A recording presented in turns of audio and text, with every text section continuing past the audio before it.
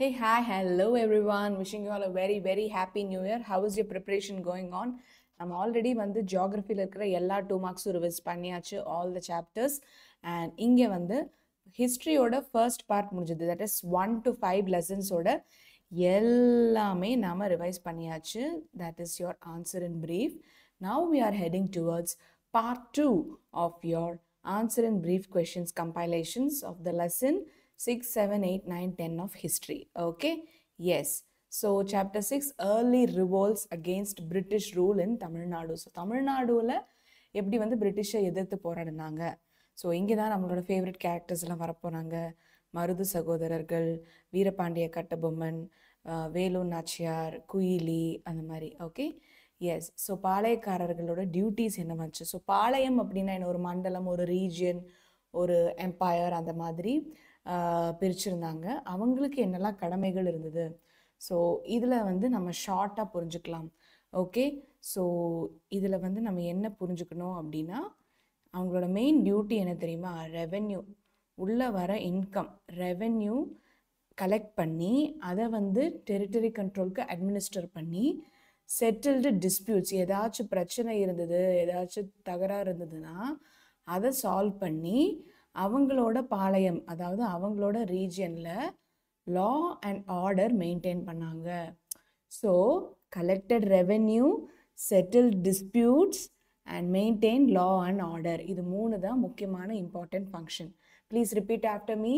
They collected the revenue, settle the disputes between the territories and also they maintain law and order. Okay? Yes.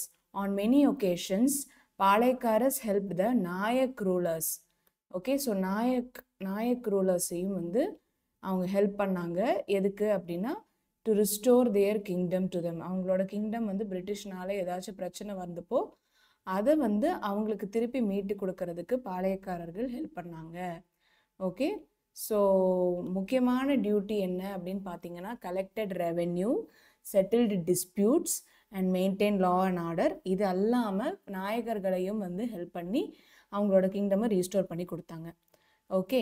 So identify the பாளையம்ஸ் based on east and west. East என்னெல்லாம் பாளையம்ஸ் இருக்குது, வெஸ்ட்டில் என்னெல்லாம் பாளையம்ஸ் இருக்குது. சாத்தூர், நகலப்புரம், எட்டயபுரம், பாஞ்சாலங்குறிச்சி. பாஞ்சாலங்குறிச்சி தான் நம்ம கட்டபொம்மனோட பாளையம். Okay. So Sattur, Nagalapuram, Ettayapuram, Panchalankurichi இதெல்லாம் வந்து ஈஸ்டில்.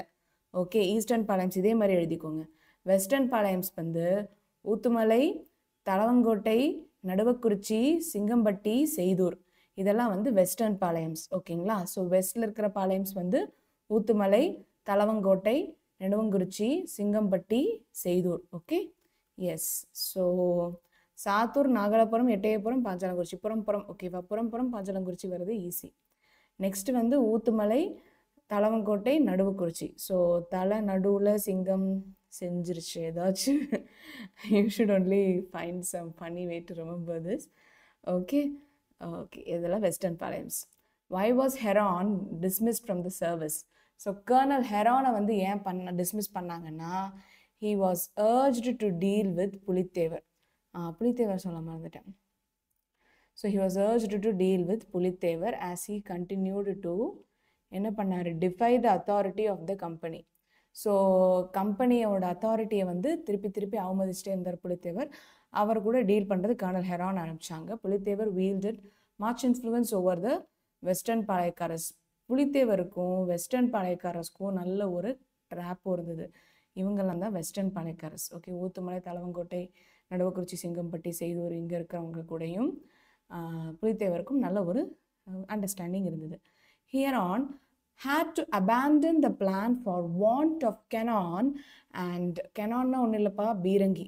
ஓகேவா.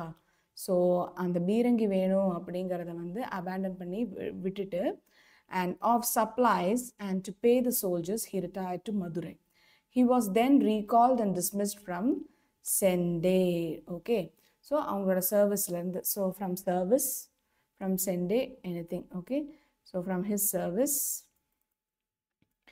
he was supposed to withdraw.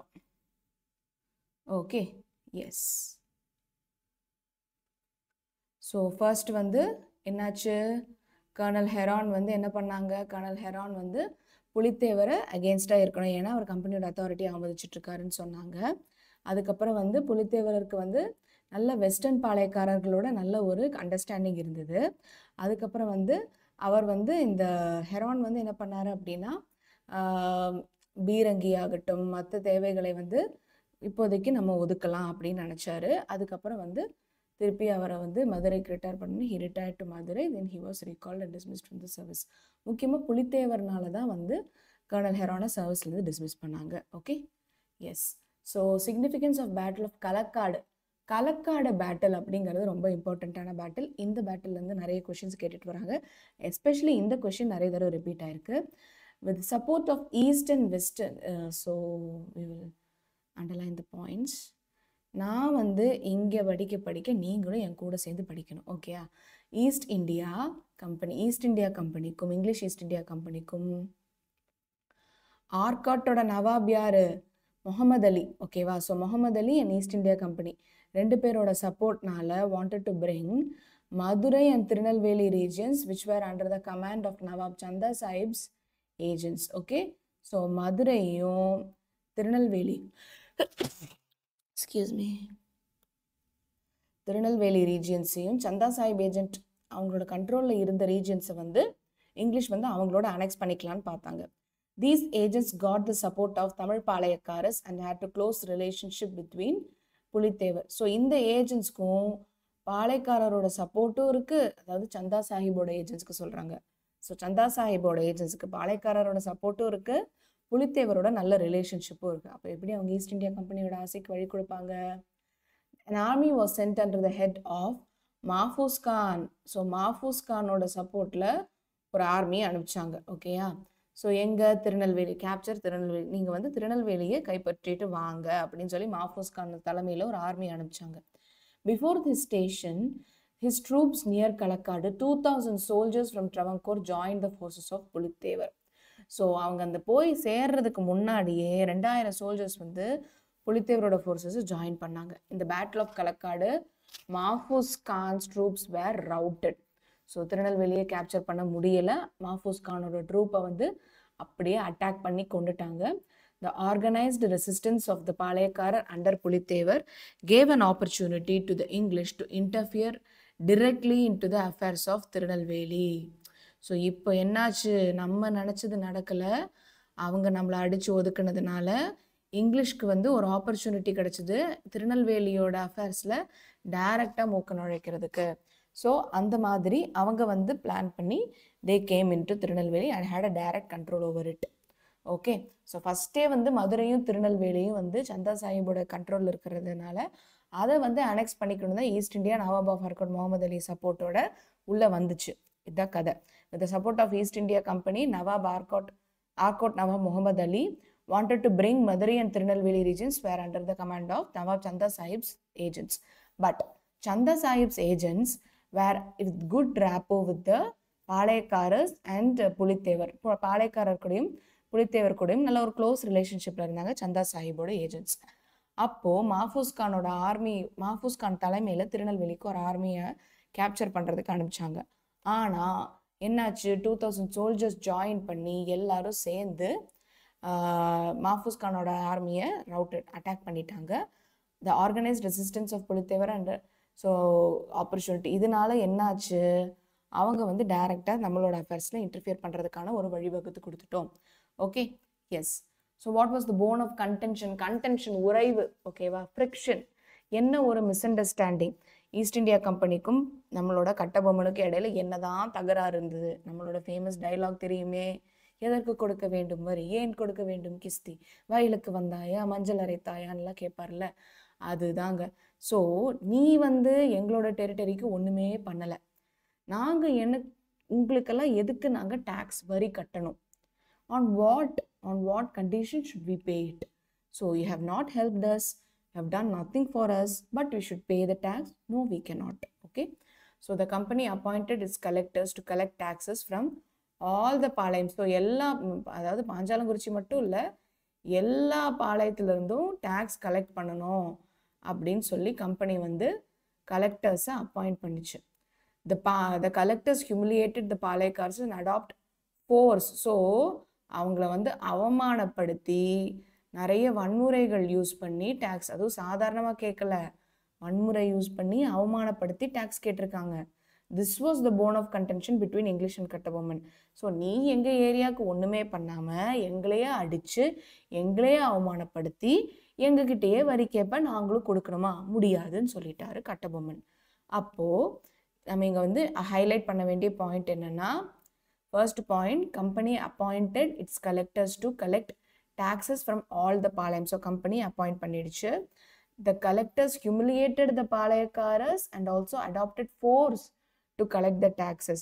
So force use பண்ணி டேக்ஸ் கலெக்ட் பண்ணனால this was the bone of contention between Kattabomman and the East India Company. Okay, so 3 point easy, super. Okay, so humiliated ஞாபகம் இல்லை அப்படின்னா வந்து நீங்கள் இதுவே யூஸ் பண்ணிக்கலாம். The collectors adopted forced on the பாளையக்காரர்ஸ் to collect taxes அப்படி use பண்ணிக்கலாம். Okay, yes, highlight the essence of Tiruchirappalli Proclamation of 1801. So Tiruchirappalli Proclamation of 1801 அதோட இம்பார்ட்டன்ஸ் என்ன? திருச்சிராப்பள்ளினா present Trichy. The Proclamation of 1801 was an early call to the Indians to unite against the British. Many Palayakaras rebelled together, especially Chinnamarudhu collected nearly 20,000 men to challenge British. So the Proclamation of 1801 was an early call to the Indians. So நம்ம வந்து பிரிட்டிஷ்க்கு அகெயின்ஸ்டாக நாமெல்லாம் ஒன்று சேர்ந்து போராடணும் அப்படின்னா நாம் வந்து கண்டிப்பாக வந்து ஃப்ரீடம் கிடச்சிரும், நமக்கு பிரிட்டிஷோட தலைமையில் இருக்கணும்னு அவசியமே இல்லைன்னு சொல்லி கூப்பிட்டது கால் தான் திருச்சிராப்பள்ளி ப்ரொக்ளமேஷன். மெனி பாளையக்காரர்ஸ் லிபர் டுகெதர், எஸ்பெஷலி சின்னமருது. ஸோ அந்த மருது சகோதரர்கள் சின்னமருது இவங்கெல்லாம் வந்து நல்லாவே கான்ட்ரிபியூஷன் கொடுத்தாங்க. collected nearly 20,000 men to challenge the British. So அவங்க 20,000 பேரை திரட்டி பிரிட்டிஷ்க்கு அகேன்ஸ்டாக சேலஞ்ச் பண்ணாங்க.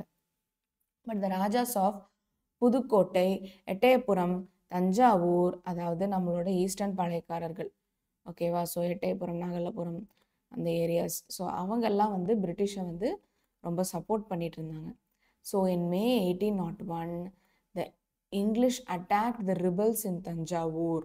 ஸோ தஞ்சாவூரில் இருக்கிற போராட்டக்காரர்களை வந்து அட்டாக் பண்ணி ட்ரிச்சி ரிபல்ஸ் ஃப்ளைட். ஸோ ட்ரிச்சியில் அவங்க பண்ண ஒரு ப்ரொக்ளமேஷனும் அவங்க பண்ண ரெபலியனும் ஃபெயில் ஆயிடுச்சு. ஏன்னா அவங்க ஆல்ரெடி வந்து தஞ்சாவூரில் இருக்கிற போராட்டக்காரர்களை அட்டாக் பண்ண ஆரம்பிச்சிட்டாங்க. பட் ஸ்டில் இது வந்து ஒரு ஃபர்ஸ்ட் கால் ஃபார் இண்டிபெண்டன்ஸ்னு சொல்லலாம். எப்படி 1857 ரிவோல்ட்டை வந்து first struggle, great war of இண்டிபெண்டன்ஸ்னு சொல்கிறோமோ, அந்த மாதிரி 1801 திருச்சிராப்பள்ளி ப்ரொக்ளமேஷனை வந்து நம்ம தமிழ்நாடுக்காரர்கள் வந்து பிரிட்டிஷை எதிர்த்து போராடம் செஞ்ச ஒரு ஃபர்ஸ்ட் கால், ஏர்லி கால்னு சொல்லலாம். ஓகே, ரிப்பீட் ஆஃப்டர் மீ, கூடவே சேர்ந்து படிங்க. The Proclamation of 1801 was an early call to the Indians to unite, ஒன்று சேர்றதுக்கு, to unite against the British. Many பாளையக்காரர்ஸ் rebelled together, especially Chinna Marudhu collected 20,000 men against the British to challenge. But the Rajas of Pudukkottai, Ettayapuram and Thanjavur supported British. இதுதான் problem. So in May 20 நமக்குள்ளேயே ஒரு unity இல்லைன்னா என்ன பண்ணுறது? So in May 1801 English attacked the rebels in Tanjavur and thus Trichy rebel failed. Okay, yes. So though the Palayakaras fell to the English, their exploits and sacrifice inspired later generation. அவங்க வந்து fail ஆனாலும் அவங்களுக்கு பின்னாடி வரவங்கெல்லாம் வந்து inspire ஆனாங்க. அவங்கள பார்த்து, நம்மளோட முன்னோர்களை பார்த்து நாம் இன்ஸ்பயர் ஆனோம். அந்த மாதிரி The rebellion of Marudhu brothers is a landmark event in the history of Tamil Nadu. This is also known as South Indian Rebellion. நான் சொன்ன மாதிரியே எப்படி நார்த்தில் வந்து great war of independence, first war of independence அப்படின்னு சொல்லி 1857 ரிவோல்ட்டை சொல்கிறோமோ, அந்த மாதிரி இந்த பாளையக்காரர்களோட ஃபர்ஸ்ட் மூவான 1801 திருச்சிராப்பள்ளி ப்ரொக்ளமேஷன் வந்து சவுத் இண்டியன் ரிபெல்லியன் அப்படின்னு சொல்கிறாங்க. ஓகேங்களா? எஸ். ஸோ பாளையக்காரர்கள் fell to sacrifices and exploits, அவங்களோட சாக்ரிஃபைஸ், அவங்களோட தியாகங்கள், அவங்களோட முயற்சிகள் வந்து பின்னால் வர சந்ததியினருக்கு ரொம்பவே இன்ஸ்பைரிங்காக இருந்தது. அதுக்கப்புறம் வந்து ஒரு லேண்ட்மார்க் ஈவெண்ட் அப்படின்னு சொல்கிறாங்க. அதை வந்து சவுத் இண்டியன் ரிபெல்லியன் அப்படின்னு சொல்கிறாங்க. Okay, yes. So point out the importance of 1801 treaty. அப்போது ஒரு ஒப்பந்தம் வந்துச்சு. என்னன்னா, அண்டர் த டேர்ம்ஸ் ஆஃப் த Carnatic Treaty. So Carnatic Treaty, 31st July 1801, the British assumed direct control over the Tamilagam. So Tamilagam ஃபுல்லாகவே எங்களுக்கு டைரெக்டாக தமிழ்நாடு இல்லை, அப்போ தமிழகம்னு சொன்னாங்க, கண்ட்ரோல் இருக்குது. And the Palayakkara system came to an end with the demolition of all forts. So எல்லா ஃபோர்ட்டையும் அடிச்சு நொறுக்கி and disbandment of their army. உங்களுக்குன்னு எந்த ஒரு படையும் இல்லை அப்படின்னு சொல்லி ஃபுல் தமிழகத்தையும் வந்து நான் கண்ட்ரோல் எடுத்துக்கிறேன்னு சொல்லி ஒரு ட்ரீட்டி போட்டேன் 1801 31st ஜூலையில். அதுதான் கர்நாடிக் ட்ரீட்டி. ஸோ கர்நாடிக் ட்ரீட்டியில் ஃபர்ஸ்ட் என்ன point, Carnatic treaty 31st July 1801, British assume direct control over Tamilagam. அதுவும் எப்படி, பாளையக்கார சிஸ்டம் எண்டுக்கு வரணும். ஸோ நம்பர் 1 வந்து பாளையக்காரர் சிஸ்டம் வந்து எண்டுக்கு வரணும், ஃபோர்ட்டெல்லாம் டிமாலிஷ் பண்ணணும், ஆர்மியை டிஸ்பேண்ட் பண்ணணும். Okay, so direct control over Tamilagam. So first point பார்த்தீங்க அப்படின்னா palayakkara system came to an end. அதுக்கப்புறம் நம்மளோட பழங்கால கோட்டைகள் இதெல்லாம் வந்து டிஸ்மேண்டில் பண்ணி டெமாலிஷ் பண்ணி, அதுக்கப்புறம் வந்து நம்மளோட ஆர்மியையும் டிஸ்பேண்ட் பண்ணிடணும். இனிமேல் வந்து சொந்தமாக தமிழ்நாடுக்கு ஆர்மி இருக்கக்கூடாது, கம்ப்ளீட்டாக பிரிட்டிஷ் கண்ட்ரோலுக்கு போயிடுச்சு அப்படின்னு சொல்கிறாங்க. So these are the 3 important points. So இந்த மாதிரி பாயிண்ட் வைஸாக எழுதிக்கிட்டீங்க அப்படின்னா உங்களுக்கு எக்ஸாமில் ஈஸியாக ஞாபகம் இருக்கும். Okay, so Palayakkara system came to an end with demolition of forts and all disbandment of army. ஓகேவா? So 3 easy simple points. Okay, yes. So Carnatic treaty பற்றி பார்த்தாச்சு. ஸோ அதில் என்ன ஆச்சு அப்படின்னா, நம்ம இந்த படித்தோம் இல்லையா, இந்த கொஸ்டினை அப்படியே நீங்கள் திருப்பி எழுதிட்டா போதும்ப்பா. ஸோ ப்ரீவியஸ் கொஸ்டினை நீங்கள் அப்படியே திருப்பி எழுதிட்டா போதும் இதே மாதிரி. Okay, so direct control of the Tamilagam, பாளையக்கார system came to an end, demolition of army, disbandment of the forts. அவ்வளோதான், same all the 3 points, just put it, that is Carnatic treaty. Okay, so இதே answer தான் repeat. ஓகேங்களா? Yes. So why was the revenue collection of the southern பாளையக்காரஸ் was given to the company rule? ஏன் வந்து southern பாளையக்காரஸ்லாம் company ரூலுக்கே அவங்களோட revenue கலெக்ஷனை கொடுத்தாங்கன்னா, Nawab of Arcot had compensate பண்ணுறதுக்கு, ஓகே, நஷ்ட ஈடு மாதிரி, Nawab of Arcot borrowed money from the East India company. So Nawab of Arcot வந்து ஆர்காட் நவாப் என்ன பண்ணாருன்னா, கொஞ்சம் ஆர்காட்னா ஏற்காடு, ஓகேங்களா, ஸோ அவங்க வந்து கொஞ்சம் காசு பாரோ பண்ணியிருந்தாங்க. எதுக்குன்னா கர்நாடிக் போர்கள், ஓகேங்களா. ஸோ கர்நாடிக் போரில் நடந்த எக்ஸ்பென்சஸை வந்து மீட் எடுக்கிறதுக்கு, அப்போ நடந்த லாஸஸை வந்து தீர்க்கறதுக்கு கொஞ்சம் ஒரு காசு மாதிரி நம்ம ஈஸ்ட் இந்தியா கம்பெனிகிட்டேருந்து வாங்கிட்டாங்க. when the debts exceeded his capacity to repay, so திருப்பி நம்ம கொடுக்க முடியாத அளவுக்கு கடன் மேலே ஏறிட்டே போகவும் the revenue collection authority gave to the company rule. So இனிமே நான் வந்து உங்களுக்கு வரி கட்டியாச்சு நான் என் பணத்தை ரீபே பண்ணிடுறேன்னு சொல்லி சவுத்தில் இருக்கிற எல்லா பாளையக்காரர்கள்கிட்டையும் ஒப்பந்தம் போட்டு நாங்கள் ஈஸ்ட் இந்தியா கம்பெனிக்கு வரி செலுத்துகிறோன்னு சொல்லிட்டாங்க. ஸோ நவாப் ஆஃப் ஆர்காட் என்ன பண்ணார், borrowed money from the East India company. எதுக்கு? To meet the expenses of the Carnatic wars. Okay, next when the debts exceeded, so நம்ம வந்து பே பண்ண வேண்டிய டெட்ஸ், கடன் வந்து ரொம்ப லிமிட்டை தாண்டி போகவும் ரீபே பண்ண முடியாமல் போயிடுச்சுங்கிற கட்ட வரவும் he gave the revenue collection authority to the company rule. நீங்களே எங்களோட இடத்துல இருக்கிற எல்லா வரிகளையும் கலெக்ட் பண்ணிக்கோங்க அப்படின்னு சொல்லி அந்த டியூட்டியை கம்பெனிக்கு விட்டு கொடுத்துட்டாங்க. So write a note on Hyder Ali. Hyder Ali யாருப்பா? So Hyder Ali was the ruler of Mysore. Simple points எடுத்துக்கலாம். ஸோ ஹைதர் அலி யார்? He was the ruler of Mysore. அதுக்கப்புறம் வந்து he was a bitter enemy of England. So அவருக்கு இங்கிலாண்டை பிடிக்கவே பிடிக்காது. And he was born in 1772. So அவருக்கு இங்கிலாண்டை பிடிக்காது, மைசூர் ரூல் பண்ணார். 1772 he was born. Easy. Though he started his career as a soldier, he rose to the position of commander in chief. So அவர் பாருங்க, சோல்ஜராக இருந்து கமாண்டர் இன் சீஃப் அளவுக்கு ஒரு பொசிஷனுக்கு வந்திருக்காரு. In 1766, when the Raja of Mysore died, Hyder Ali proclaimed himself as the ruler and became the Sultan of Mysore. Tipu Sultan was son of Hyder Ali. So இங்கே இருக்கிற important points மட்டும் எடுத்துக்கலாம், ஓகேங்களா. So அவர் ruler of Mysore, 1772 born. He hated British. He was the bitter enemy of British. அவரோட position வந்து சோல்ஜர்லேருந்து commander in chief வரைக்கும் rice ஆகிருக்கு கெரியரில். அண்ட் அவரோட சன் பேர் Tipu Sultan. Okay, so Tipu Sultan was the son of Hyder Ali. ஓகேங்களா? Yes.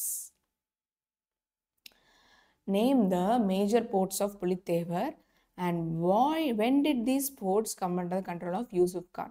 So புலித்தேவரோட கண்ட்ரோலில் இருந்த துறைமுகங்கள் என்ன, அது எப்போ யூசுப் கான் கண்ட்ரோலில் வந்துச்சு?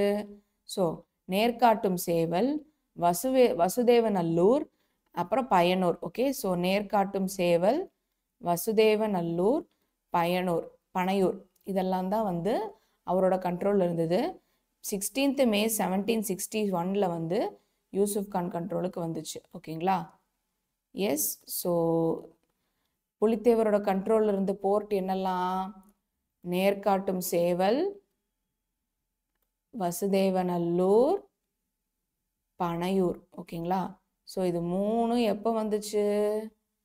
நம்மளோட 1761 மே அந்த டைமில் வந்துச்சு கண்ட்ரோல் ஆஃப் இவருக்கு யூசுப் கான்க்கு. ஓகேங்களா? Yes. What does palayam mean? Why does palayakkarar refer to? பாளையம்னா ஒன்றும் இல்லை, கிங்டம், ரீஜியன். ஓகேங்களா? ஒரு மேஜர் டொமைன் அந்த மாதிரி. So means military camp domain or little kingdom. பாளையக்காரர்னா அந்த ரூல் பண்ணுறவங்க.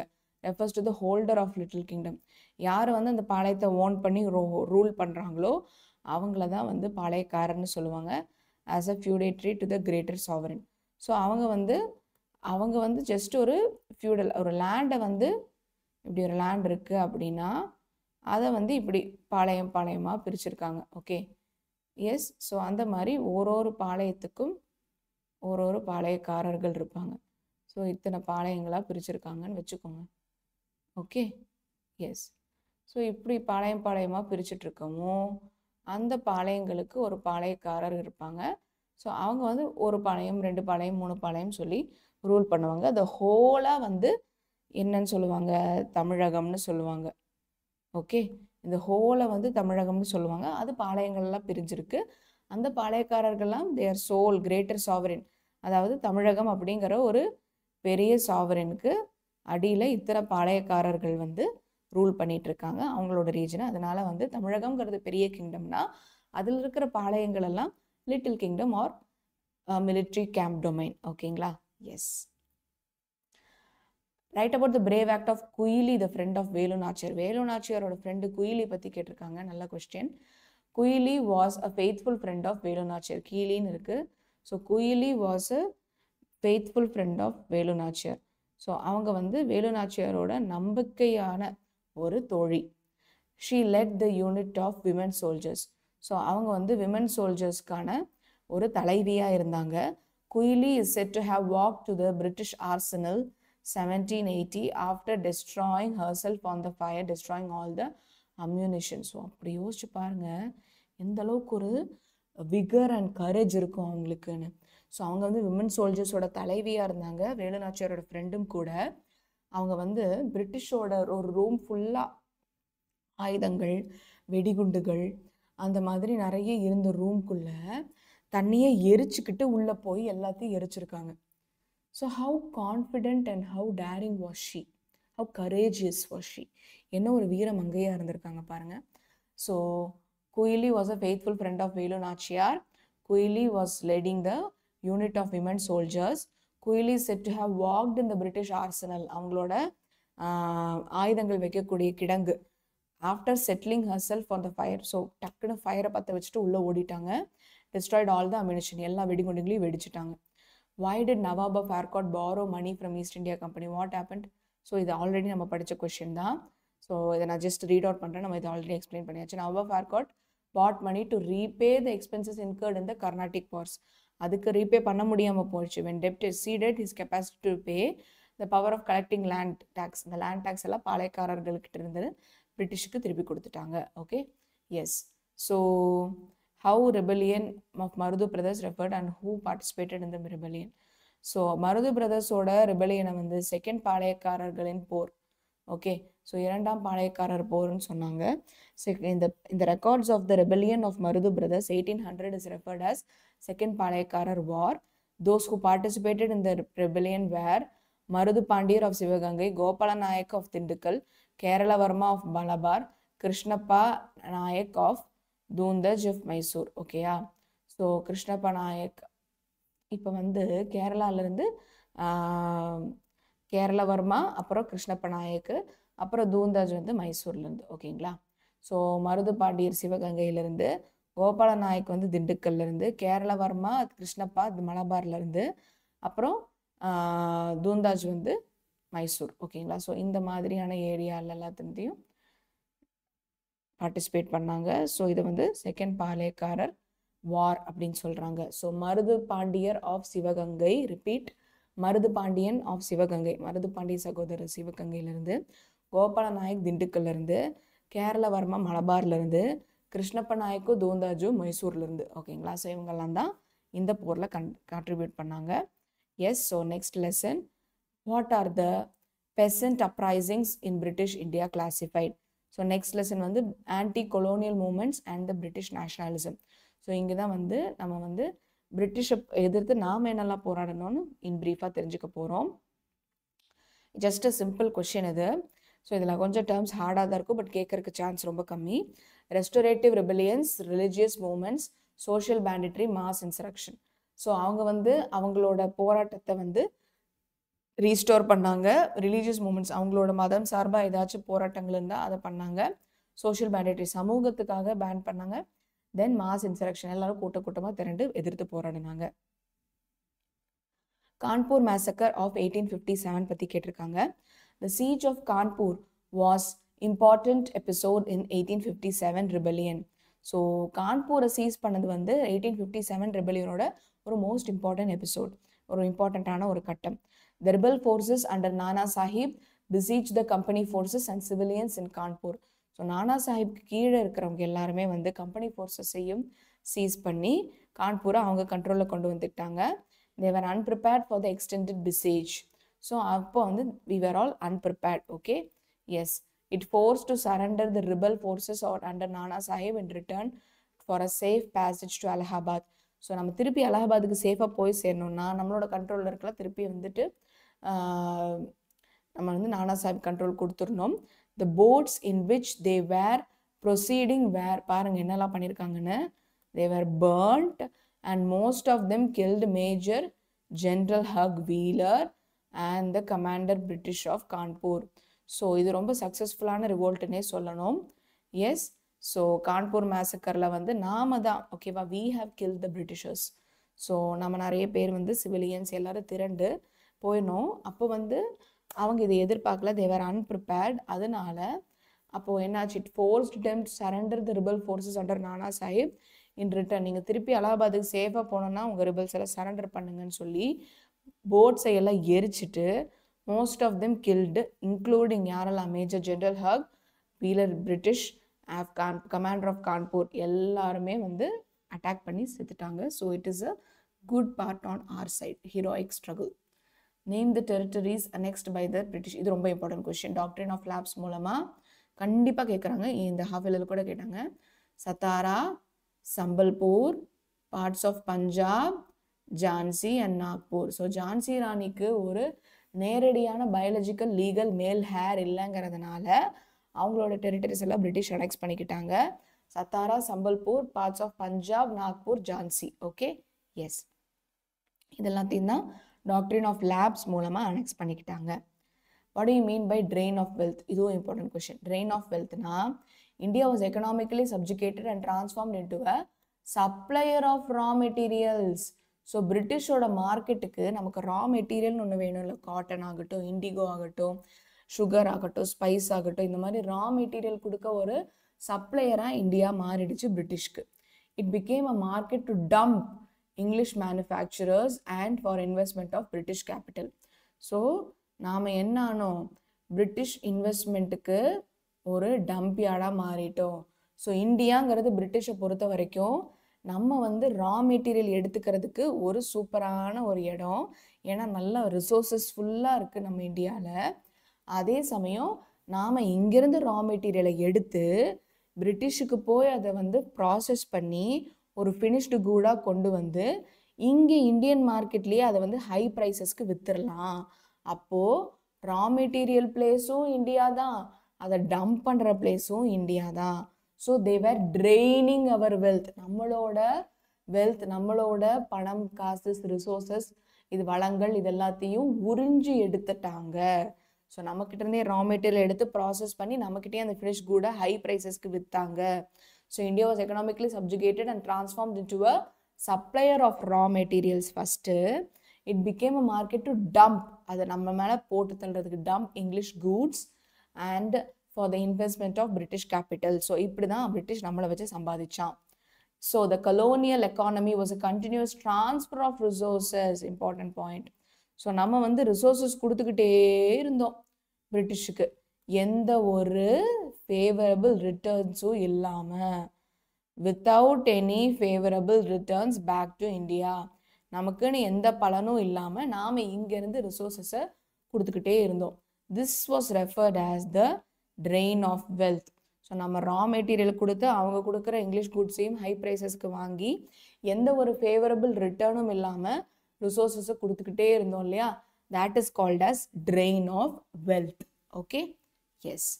So explain the concept of constructive Swadeshi. So ஸ்வதேஷினா என்னன்னா, under constructive Swadeshi, self-defeating modest approach of moderates was rejected and self-help was focused on through Swadeshi industries. So நம்மளோட நாட்டுக்குன்னு இருக்கிற industries, நம்மளோட சொந்த ஸ்கூல்கள், arbitration courts and constructive programmes in village, there was totally non political in nature. So நம்ம வந்து அரசியல் ரீதியாக எப்படியும் போகாமல் நம்மளோட ஓன் குட்ஸ், நம்மளோட சொந்தமான ஸ்கூல், நம்மளோட சொந்தமான க்ளோத்திங், ஹேண்ட்லூம்ஸ்னால் ஹேண்ட்லூம்ஸ் அந்த மாதிரி, அதுக்கப்புறம் வந்து நம்ம வந்து கோர்ட்டில் ஆர்பிட்ரேட் பண்ணுறது, எதிர்த்து போராடுறது, அப்புறம் வந்து வில்லேஜில் வந்து ஒரு நல்ல ஒரு கன்ஸ்ட்ரக்டிவாக ஒரு நல்ல வழி கொண்ட ப்ரோக்ராம்ஸ் கொண்டு போகிறது. ஸோ இந்த மாதிரி கன்ஸ்ட்ரக்டிவ் சுதேஷி பண்ணாங்க. ஸ்வ அப்படின்னா நம்மளோடது, அப்னா, தேஷ் அப்படின்னா கண்ட்ரி. ஸோ நம்ம நாடுக்காக நம்ம போராடுறது. Highlight the movement, home rule மூமெண்ட்டோட objectives. So to attain self government, home rule மூமெண்ட்னா நம்மளோட ஹோமை வந்து நாம தான் ரூல் பண்ணணும் அப்படிங்கிற ஒரு ரூல் தான். So to attain self government within the British Empire by constitutional means. நல்லா வந்து ஒரு அரசியல் ரீதியாக கான்ஸ்டிடியூஷனில் சொன்ன மாதிரி நம்ம வந்து நமக்கு ஒரு செல்ஃப் கவர்மெண்ட் வேணும். To obtain the status of dominion, இதுதான் வந்து நிறைய பேருக்கு பிடிக்கல. டொமினியன் ஸ்டேட்டஸ் போதும், நாங்கள் தான் டாமினேட்டிங்காக ரூல் பண்ணுறோன்னு இருந்தால் போதும். அது ஏன் இருக்கணும்? ஃபுல் கண்ட்ரி நமக்கே கொடுக்கலாமே. நம்மளோட கண்ட்ரியில் நமக்கு எதுக்கு டொமினியன் ஸ்டேட்டஸ், நமக்கு எதுக்கு dominating status? we should be the one who is ruling it, you should be out of the country. அதுக்கப்புறம் வந்தது தான் quit India moment. Home rule moment வந்து எங்களுக்குன்னு ஒரு செல்ஃப் கவர்மெண்ட் வேணும், எங்களுக்குன்னு ஒரு டொமினியன் ஸ்டேட்டஸ் வேணும், to use non violence to achieve their goals. அதுவும் நாங்கள் வந்து அஹிம்சை முறையில் தான் வந்து எங்களோட குறிக்கோள்களை அச்சீவ் பண்ணுவோம் அப்படின்னு சொன்னாங்க. ஸோ கான்ஸ்டிடியூஷனல் மீன்ஸில் செல்ஃப் கவர்மெண்ட் வேணும், டொமினியன் ஸ்டேட்டஸ் வேணும், இது எல்லாத்தையும் நாங்கள் வந்து நான் வயலன்ஸ் யூஸ் பண்ணி அச்சீவ் பண்ணுவோம்னு சொல்கிறது தான் வந்து ஹோம் ரூல் லீகோட குறிக்கோள். Okay, summarise the essence of Lucknow pact of. So Lucknow pact வந்து 1916 நடந்தது.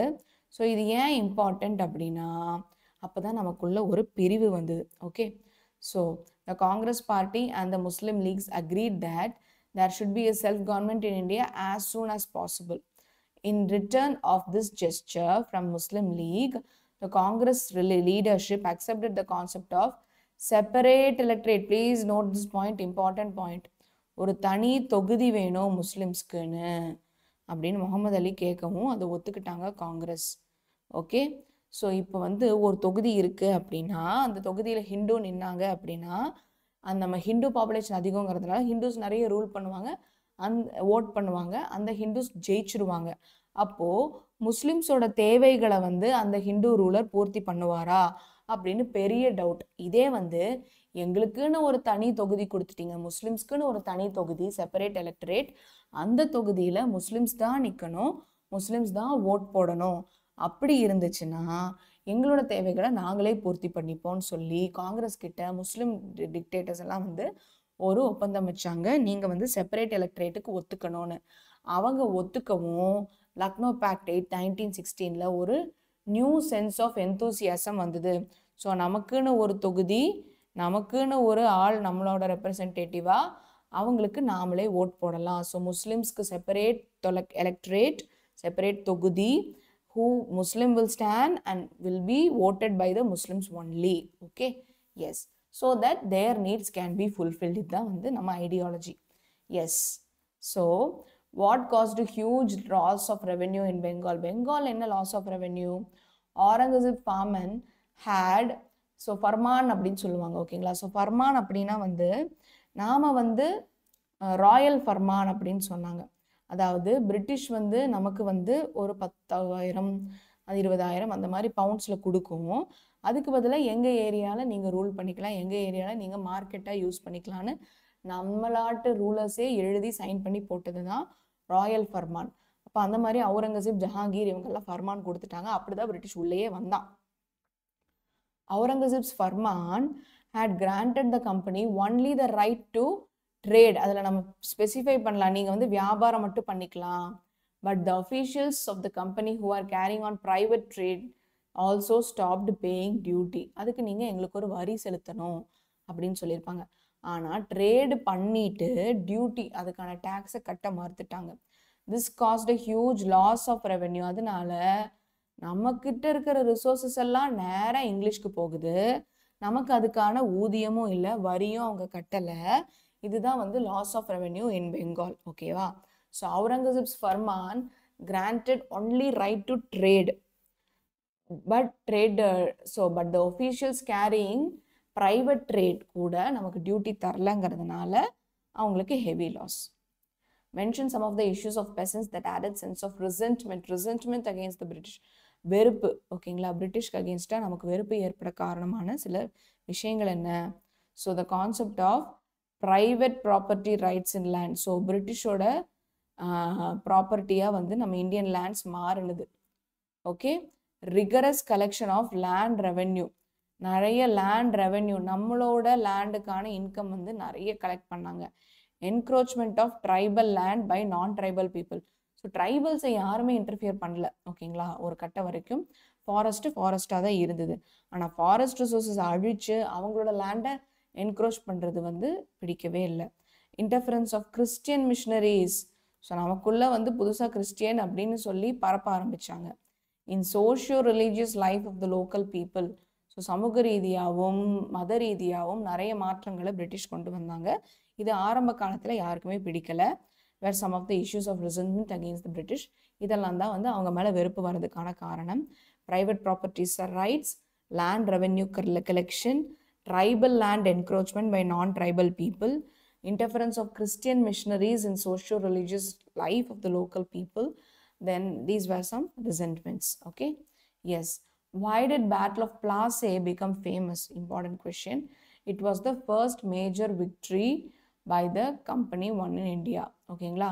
ஸோ கம்பெனி வந்து இந்தியாவில் வின் பண்ணக்கூடியது வந்து பேட்டில் ஆஃப் பிளாஸேல தான். அதனால தான் ரொம்ப ஃபேமஸ் ஆச்சு. What were the reasons of tribal uprisings? So tribal uprisings ஏன் நடந்ததுன்னா, கொலோனியல் ரூட்ல direct property over the forest. So பிரிட்டிஷ்க்கு வந்து நாங்கள் டைரக்டாக எங்களுக்கு காட்டுகளை அழிச்சிக்க உரிமை இருக்குன்னு சொன்னாங்க. அதை யாராலையும் ஏற்றுக்க முடியல. The commercialisation of forest led to the disintegration of the traditional tribal system. It encourage the incursion of tribal areas by non-tribal people such as contractors, money lenders, traders and grabbers. So இப்போ என்னாச்சு அப்படின்னா, இந்த tribal ஏரியாவை கான்ட்ராக்டுக்கு, மணி லெண்டர்ஸ்க்கு, அதுக்கப்புறம் ட்ரேடர்ஸ்க்கு, கிராபர்ஸ்க்கு எல்லாத்துக்கும் பிரித்து கொடுத்துட்டாங்க. அப்போ ஃபாரஸ்ட்டாக இருக்குமா? ட்ரைபல் பீப்புள்னால ஒரு நிம்மதியான லைஃப் லீட் பண்ண முடியுமா? எதுவுமே முடியாது. ஸோ இதெல்லாம் தான் பிரச்சனையாக இருந்தது. அப்படியே ஃபாரஸ்ட் லேண்டை வந்து பிளாட் போட்டு கமர்ஷியலைஸ் பண்ண ஆரம்பிச்சிட்டாங்க, விற்க ஆரம்பிச்சிட்டாங்க. Under the colonial rule, government claimed the direct proprietary right over the forest. The commercialization of forests led to disintegration of the traditional tribal system. So tribesக்கு எவ்வளோ பெரிய பாதிப்பு இதனால, பழங்குடியினர்களுக்கு. It encouraged the incursion of tribal areas by the non-tribal people such as யாரெல்லாம்? Contractors, money lenders, traders and grabbers. இவங்க எல்லாரும் வந்து லேண்டை கூறு போட்டு விற்க ஆரம்பிச்சிட்டாங்க. So this led to the whole widespread loss of Adivasi land. So இதனால என்னாச்சு, அந்த ஆதிவாசி நிலங்கள் வந்து from their traditional habitats, so the tribal resistance arose. So அவங்களோட ஆதிவாசி நிலங்கள் எல்லாம் பறி கொடுக்குற மாதிரி ஆகவும் ட்ரெடிஷ்னல் லேண்ட்ஸ் போகுதுன்னு சொல்லி ட்ரைபல் அப்ரைசிங். ஸோ அந்த பழங்குடியினர்கள் வந்து எதிர்த்து போராட ஆரம்பித்தாங்க. What were the grievances of the company disregarding Nawabs of Bengal? So என்னன்னா, the company declared that the unjust demands of local officials were ruining the trade of the company. நியாயமே இல்லாமல் local rulers எல்லாம் கம்பெனியை ஏதோ கேட்டிருக்காங்க. என்னன்னா, trade could flourish only if the duties were removed.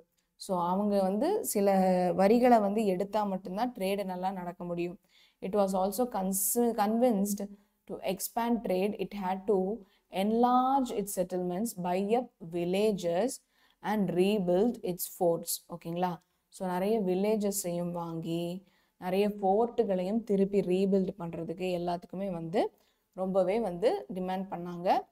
And நீங்கள் வரி கட்டினாதான் நாங்கள் வந்து நல்லா பிஸ்னஸ் பண்ணி நம்மளோட ஃபோர்ட்டு நம்மளோட வில்லேஜஸ் இதெல்லாத்தையும் நல்லா பாதுகாக்க முடியும் அப்படின்னு சொல்லி பிரிட்டிஷ் நம்மளை கன்வின்ஸ் பண்ண பார்த்தாங்க. ஓகேங்களா?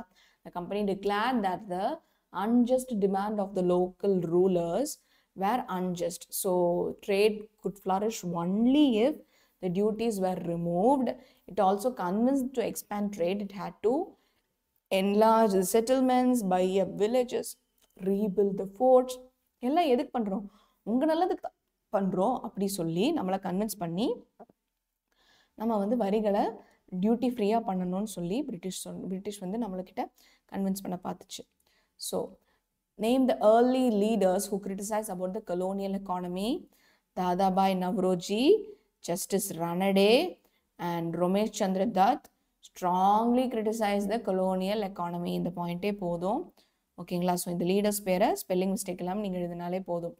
தாதாபாய் நவ்ரோஜி, ஜஸ்டிஸ் ரனடே, ரமேஷ் சந்திர தத், இவங்க 3 பேரும் ஸ்ட்ராங்காக கிரிட்டிசைஸ் பண்ணாங்க against the colonial economy. Which battle did Robert Clive fight in 1757 and against whom? Robert Clive வந்து சிராஜுத்தௌலாவோட பேட்டில் ஆஃப் பிளாசே அப்படின்னு ஃபைட் பண்ணார். அதில் பிரிட்டிஷ் வின் பண்ணிடுச்சு.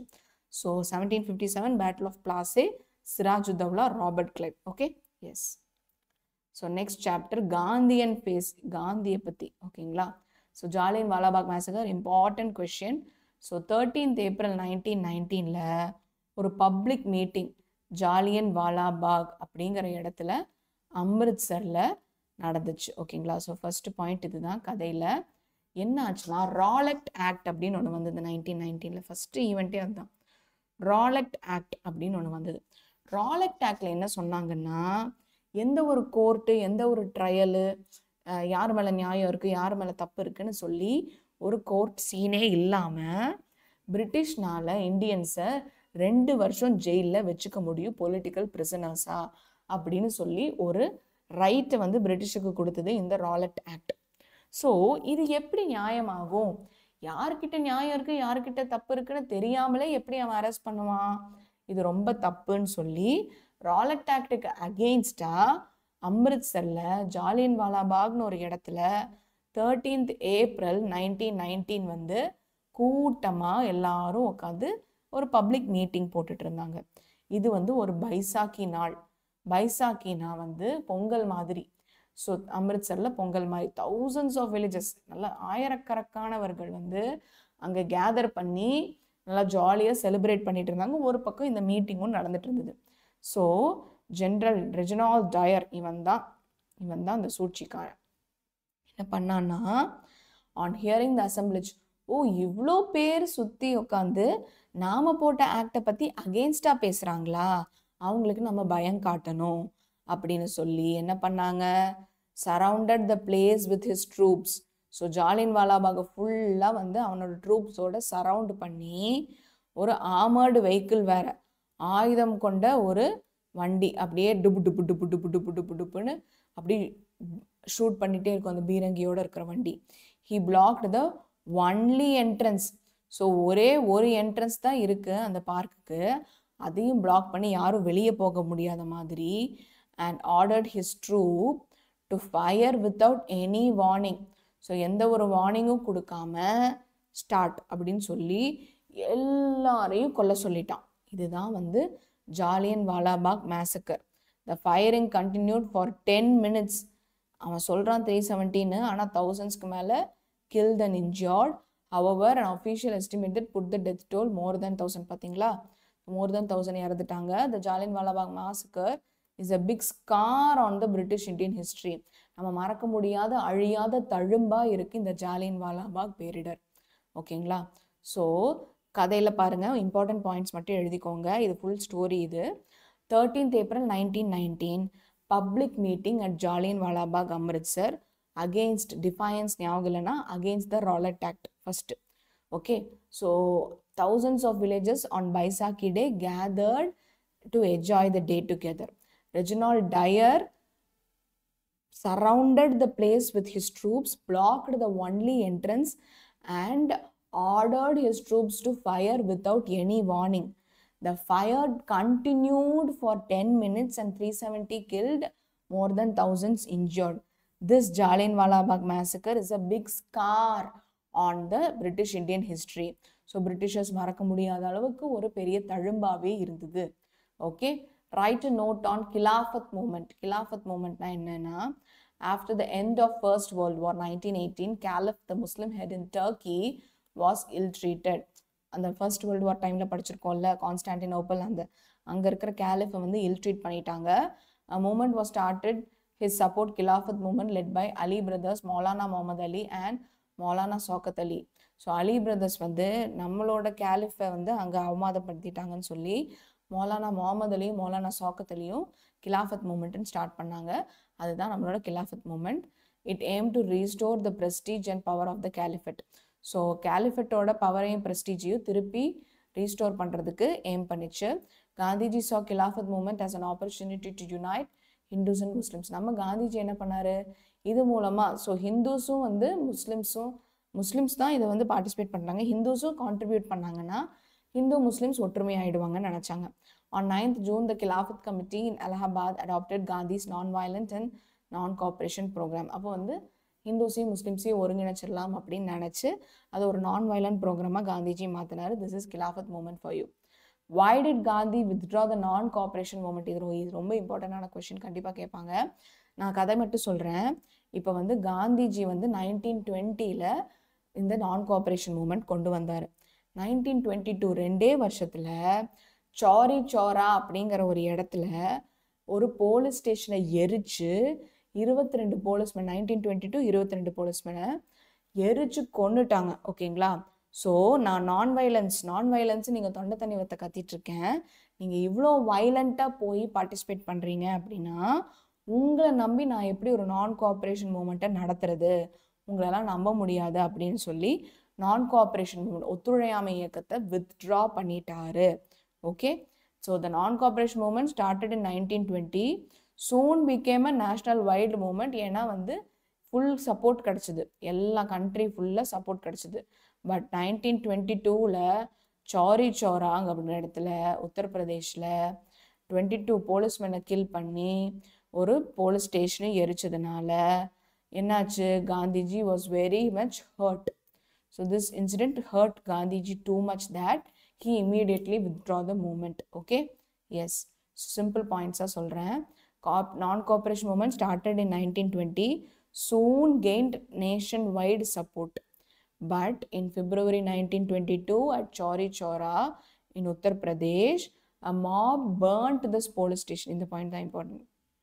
ஓகே, இந்த பாயிண்ட் கூட விட்டுருங்க.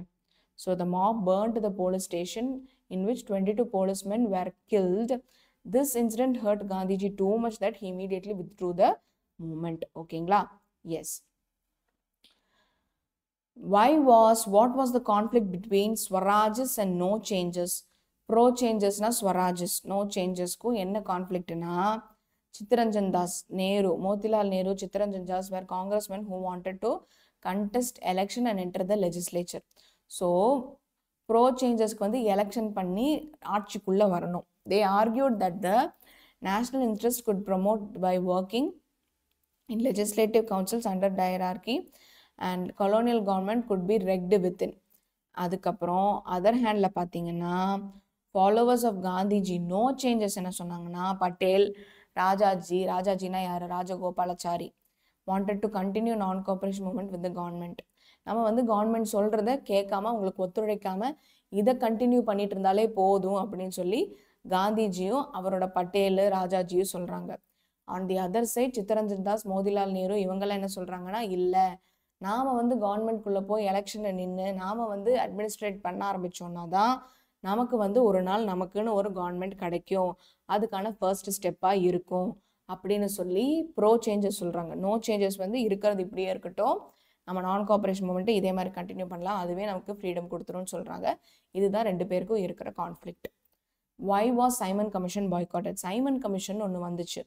அது ஏன் வந்துச்சுன்னா, இந்தியாவில் இருக்கிற சில ரூல்ஸை வந்து மாற்றி அமைக்கிறதுக்கு, இந்தியாவை அட்மினிஸ்டர் பண்ணுறதுக்குன்னு வந்துச்சு.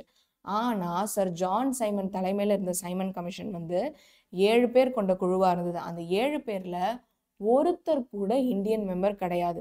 ஸோ இந்தியன் மெம்பரே இல்லாமல் கம்ப்ளீட் பிரிட்டிஷ் கமிட்டி நம்மளை ரூல் பண்ணுறதுக்கு வந்தால் அதை எப்படி நம்ம அலோவ் பண்ண முடியும்? கோ பேக் சைமன் அப்படின்னு சொல்லி சைமன் கமிஷனை பாய்காட் பண்ணாங்க.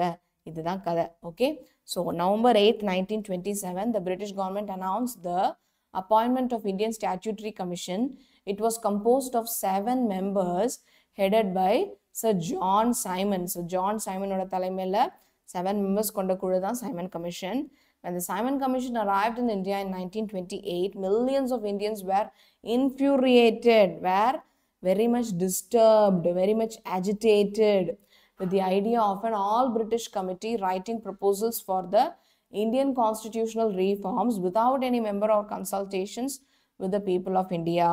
ஸோ நமக்குன்னு ஒரு கான்ஸ்டிடியூஷனல் ரீஃபார்ம்ஸை இந்தியன் மெம்பரே இல்லாத ஒரு பிரிட்டிஷ் கமிட்டி எப்படி எழுதலாம் அப்படின்னு சொல்லி என்ன சொன்னாங்க?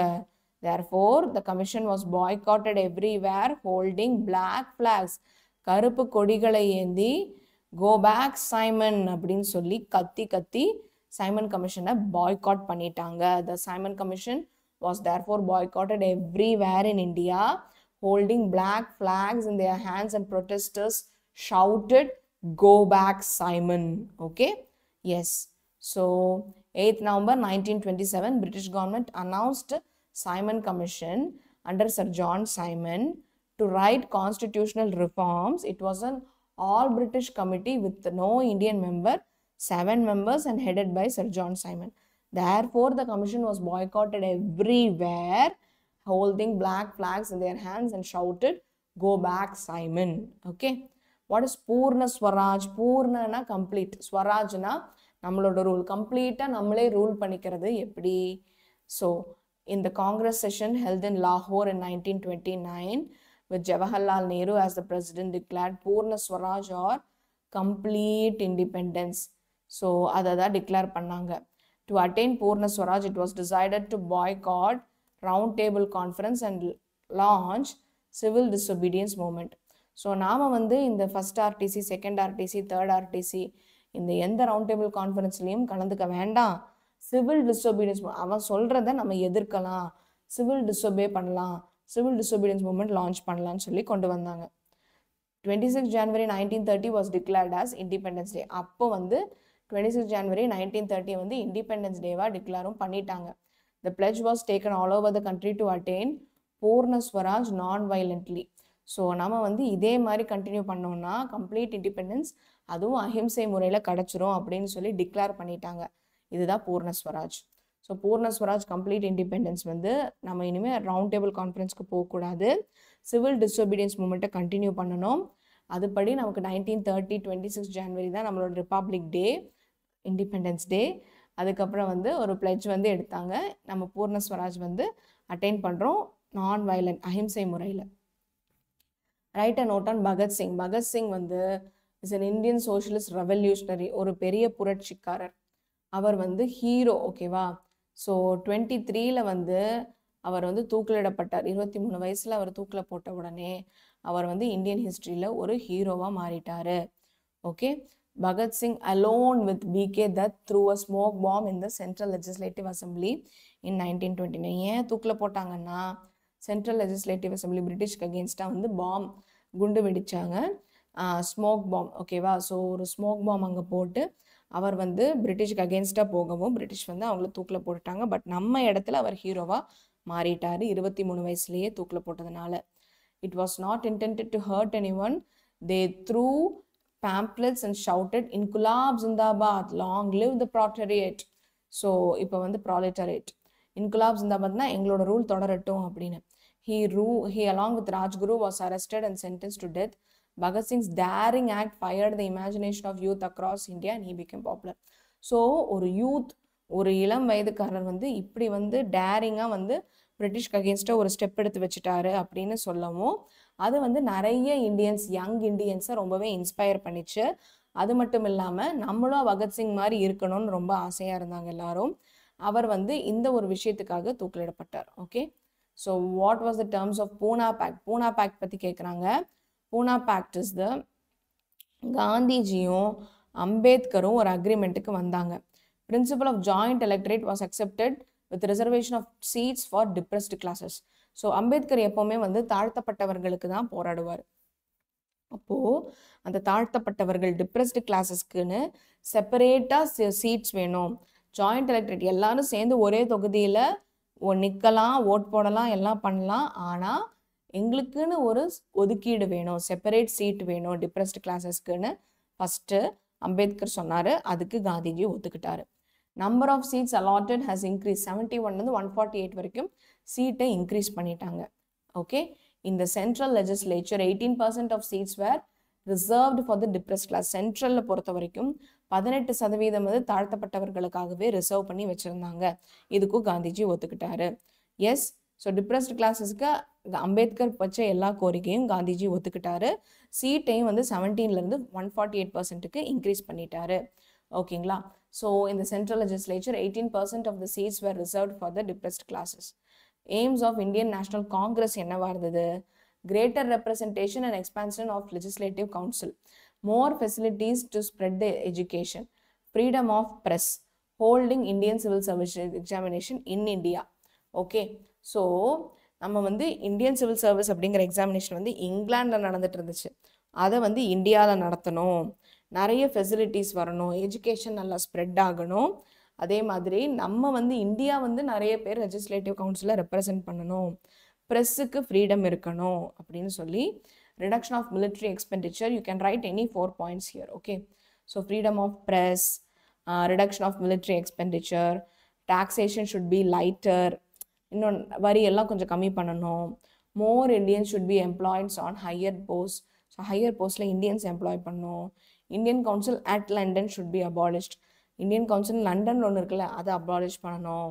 இதெல்லாம் தான் எய்ம்ஸாக இருந்தது காங்கிரஸ்க்கு. Okay, what made Gandhiji to fight for the rights of the Indians in South Africa? So Gandhi was thrown out of the first class compartment. இது நம்ம கேள்விப்பட்டிருப்போம் இந்த கதையை. Physically on his journey from Durban to Pretoria, South Africa இருக்கிற இடம் தான் Pretoria, at Pietermaritzburg railway station in April 1893, Gandhi faced the racial discrimination and understood Indians were treated only as coolies. So இந்தியன்ஸை வந்து இந்தியாவிலேருந்து ஆஃப்ரிக்காவில் வேலை பார்க்குறதுக்கு கூட்டிகிட்டு போய் கூலிகள் மாதிரி ட்ரீட் பண்ணுறாங்க அப்படின்னு சொல்லி அவருக்கு புரிஞ்சுது. எப்போ அவரை வந்து ட்ரெயினில் ட்ராவல் பண்ணிட்டு இருந்தப்போ தூக்கி வெளியே அனுப்பிச்சு போட்டு தள்ளினாங்களோ அப்போது he was called in the meeting of the Indians in Transvaal வந்து from an association to seek redress of grievances. He petitioned to authorities about the injustices and violence of their own laws. So அப்போ வந்து ஒரு meeting மாதிரி வச்சு அவங்களுக்கு என்னெல்லாம் அநீதிகள் நடந்திருக்கு அதில் எதிர்த்து போராடணும்னு சொல்லி ஃபஸ்ட்டு சவுத் ஆஃப்ரிக்காவில் இந்தியன்ஸ்க்கு போராடினார். Indians had to pay poll tax except in areas marked for them. Without permit they could not allowed after 9 PM வெளியே போகக்கூடாது. These unjust laws made him to fight for the rights of Indians in South Africa. Okay, so mention the importance of Lucknow session of Indian National Congress. So இது already நம்ம பார்த்தது தான். The moderates and extremists joined together. The Congress and the Muslim League signed a pact agreeing to cooperate with their order to achieve self-government. So it was at this session Jawaharlal Nehru met Gandhiji for the first time. So இந்த செஷனில் தான் வந்து எக்ஸ்ட்ரீமிஸ்டும் மாடரேட்ஸும் சேர்ந்தாங்க. பெரிய விஷயம். Gandhiji Jawaharlal Nehru first time meet பண்ணிக்கிட்டாங்க.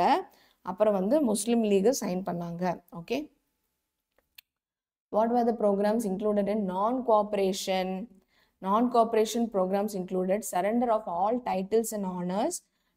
So நமக்கு என்னெல்லாம் டைட்டில்ஸ் கொடுத்தாங்களோ எல்லாம் சரண்டர் பண்ணிடணும்.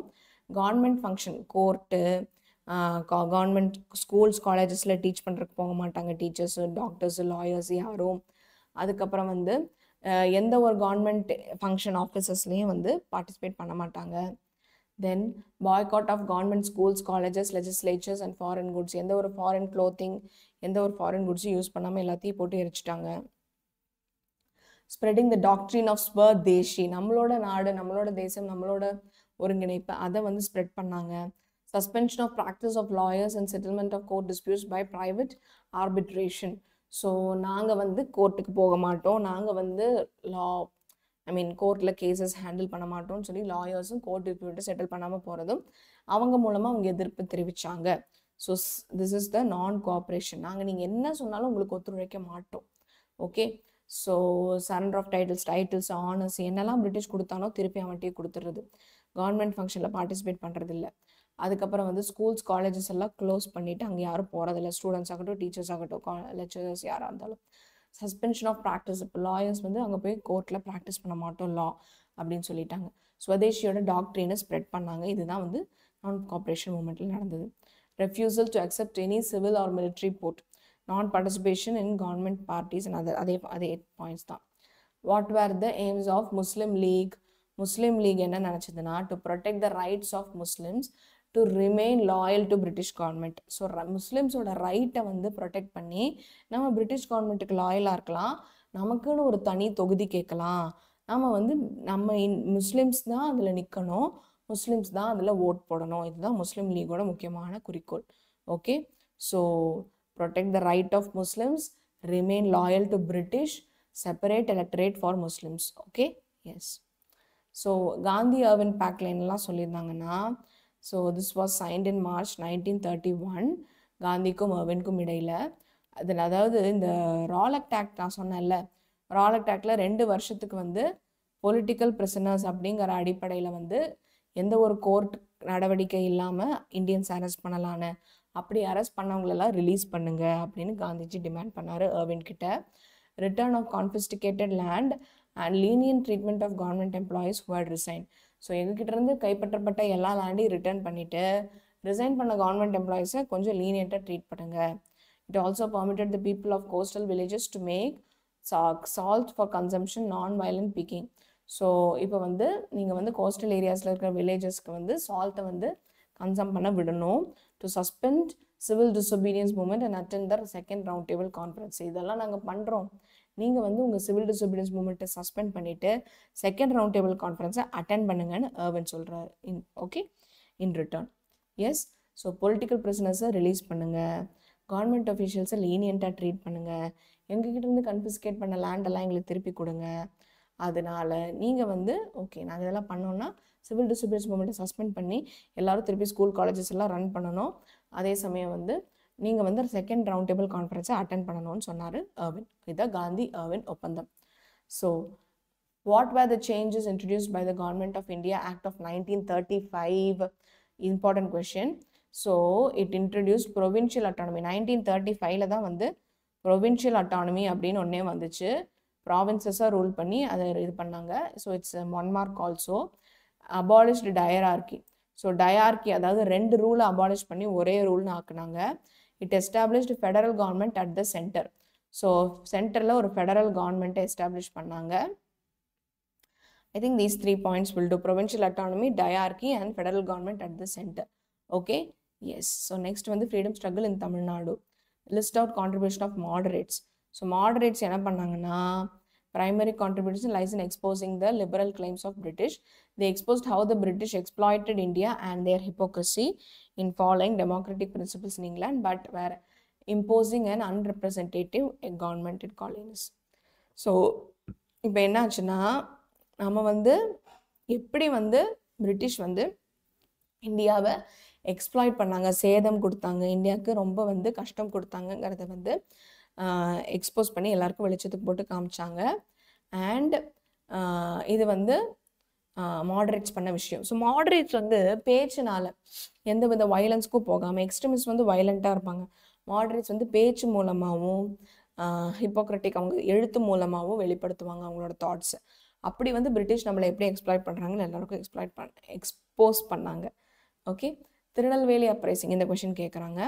ஸோ திருநெல்வேலியில் என்னாச்சுன்னா வாவு சிதம்பரனார், சுப்பிரமணிய சிவா வந்து mill workers in Thoothukudi and Tirunelveli கூட ஒரு மூமெண்ட் ஆர்கனைஸ் பண்ணுறாங்க. So 1908 he led a strike in the European owned coral mills. 1908 வந்து அவர் வந்து கோரல் மில்ஸில் ஒரு ஸ்ட்ரைக் போடுறாங்க. It coincide with the release of Bipin Chandrapal. அப்போ வந்து பிபின் சந்திரபாலோட ரிலீஸ் கூட அது கரெக்டாக கோயின்சைட் ஆச்சு.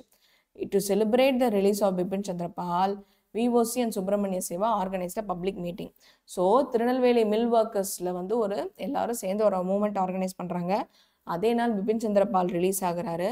அதை செலிப்ரேட் பண்ணலான்னு சொல்லி ஒரு பப்ளிக் மீட்டிங் ஆர்கனைஸ் பண்ணுறாரு சுப்பிரமணிய சிவாவும் வாவுசியும்.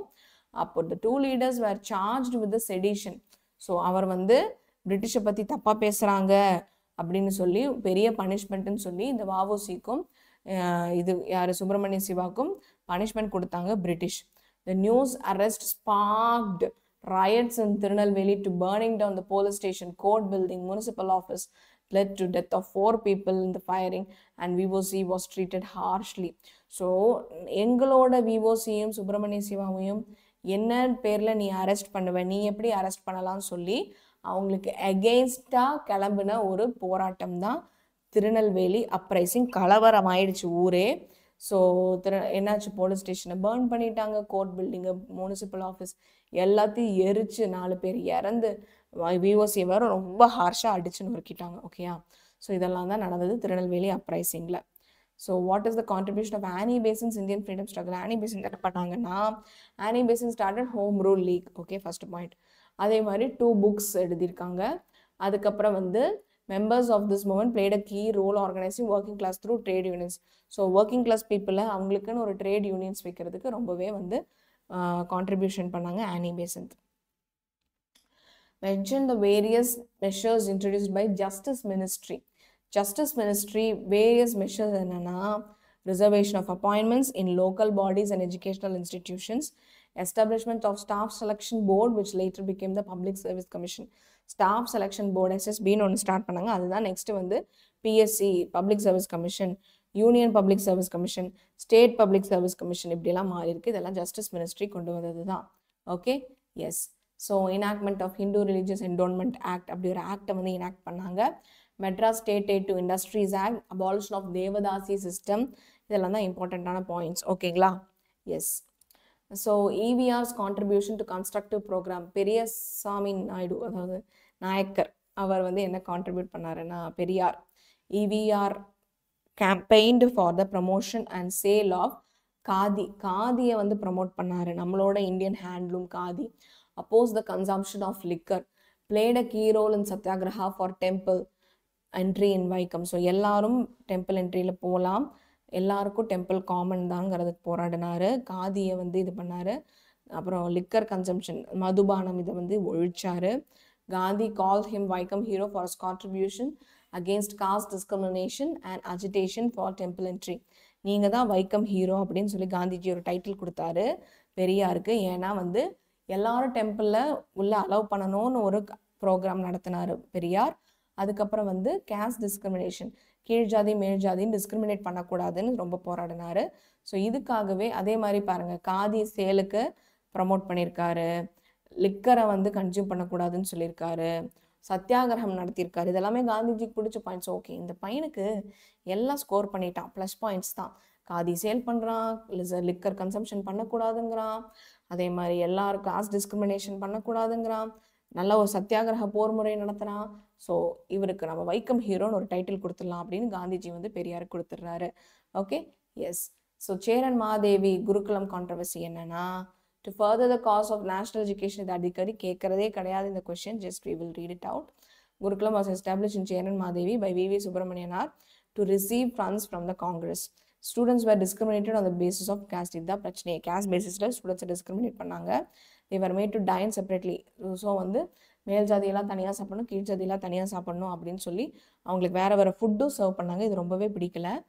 The issue brought to the notice of EVR, who questioned this severely and criticized it against the leader வேதராஜுலு. வரதராஜுலுவும் EVRும் சேர்ந்து அது எப்படி நீங்கள் அவங்களுக்கு தனி இவங்களுக்கு தனி சாப்பாடு, அவங்க தனியாக சாப்பிடணும் இவங்க தனியாக சாப்பிடணும், இப்படி எப்படி ஒரு பிரிவினையை சின்ன வயசுலேயே எல்லாருக்கும் கொண்டு வரலாம் அப்படின்னு சொல்லி அகேன்ஸ்டாக போராடினாங்க வரதராஜுலுவும் பெரியாரும். ஸோ சேரன் மாதேவி குருகுலம் இன்சிடென்ட் இதுதான். ஓகேங்களா? ஸோ இதுதான் வந்து incident.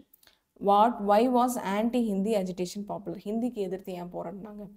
Anti-Hindi agitation was popular because Hindi was considered as a form of Aryan North Indian imposition of the ஒரு திணித்தல் மாதிரி பார்த்தாங்க. இந்தி திணிப்பு சட்டம் அப்படிலாம் சொன்னாங்கல்ல. ஸோ ஹிந்திங்கிறது வந்து ஒரு நார்த் இந்தியன் ஆரியன் லாங்குவேஜ் மாதிரி, அதை நம்ம மேலே திணிக்கிற மாதிரி இருக்குது.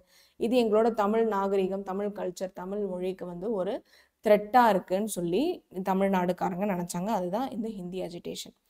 So outline the key incidents during the Quit India movement. வெள்ளையனே வெளியேறு 1942 இன்சிடென்ட்ல என்னெல்லாம் நடந்தது அப்படின்னா, on 8th August 1942, Quit India resolution was passed. The entire Congress leadership was arrested overnight. ஒரே நாள் ஒரே ராத்திரியில ஃபுல்லா காங்கிரஸ் லீடர்ஸ் எல்லாத்தையும் அரெஸ்ட் பண்ணிட்டாங்க. At every railway station, the policemen waited with a list of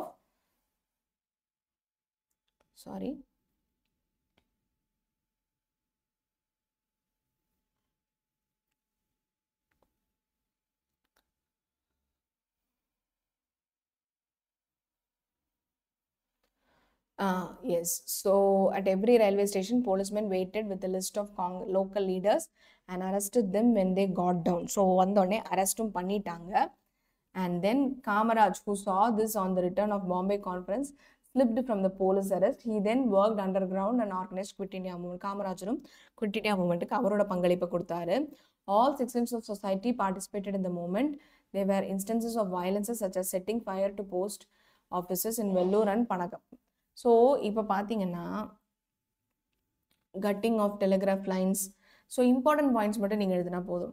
telegraph லைன்ஸை cut பண்ணிட்டாங்க. அப்புறம் வந்து வயலன்ஸ் நிறைய இருந்தது. போஸ்ட் ஆஃபீஸஸ் எரிச்சாங்க. Congress volunteers clashed with the Madurai military. Disrupting railway traffic, trains derailed in Coimbatore. There were police firings at Rajapalayam, Karaikudi, Devakottai, இங்கெல்லாம் நிறைய நடந்தது. ஓகேங்களா? ஸோ போலீஸ் ஃபயரிங்ஸ் நடந்தது. ரயில்வே லைன்ஸை கோயம்புத்தூரில் டீரெயில் பண்ணிட்டாங்க. அண்ட் மிலிட்ரி கேம்பை வந்து கிராஷ் பண்ணிட்டாங்க மதுரையில். டெலிகிராஃப் லைன்ஸை கட் பண்ணிட்டாங்க. So these where all some incidents. So what you know about Tiruppur? கொடிக்காத்த குமரன் பற்றி கேட்குறாங்க.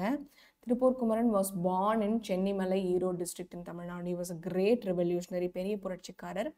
He participated in the march against the ban on national flag and he died from injuries sustained from police assault. Police அப்படி அடித்து நொறுக்கி assault பண்ணியும் அதில் சாவேனை ஒழிய என் கொடியை விட்டு கொடுக்க மாட்டேன்னு சொல்லி நேஷ்னல் ஃப்ளாகை கையில் ஏந்திட்டே அவர் வந்து மரணம் எய்தினார் அப்படின்னு சொல்லி அவரை கொடிக்காத்த குமரன் அப்படின்னு சொல்லுவாங்க. Okay, Kumaran died holding the flag of the Indian nationalists. Kumaran is revered as a martyr in Tamil Nadu and is known by the epithetனா டைட்டில், கொடிக்காத்த குமரன். எவ்வளோ அடித்தாலும் அவர் அந்த கொடியை விட்டு கொடுக்காம அதை ஏந்திட்டே இறந்ததுனால கொடிக்காத்த குமரன்ங்கிற டைட்டில் அவருக்கு கொடுத்துருக்காரு. So name the newspapers and journals set by India to express the Indian perspective.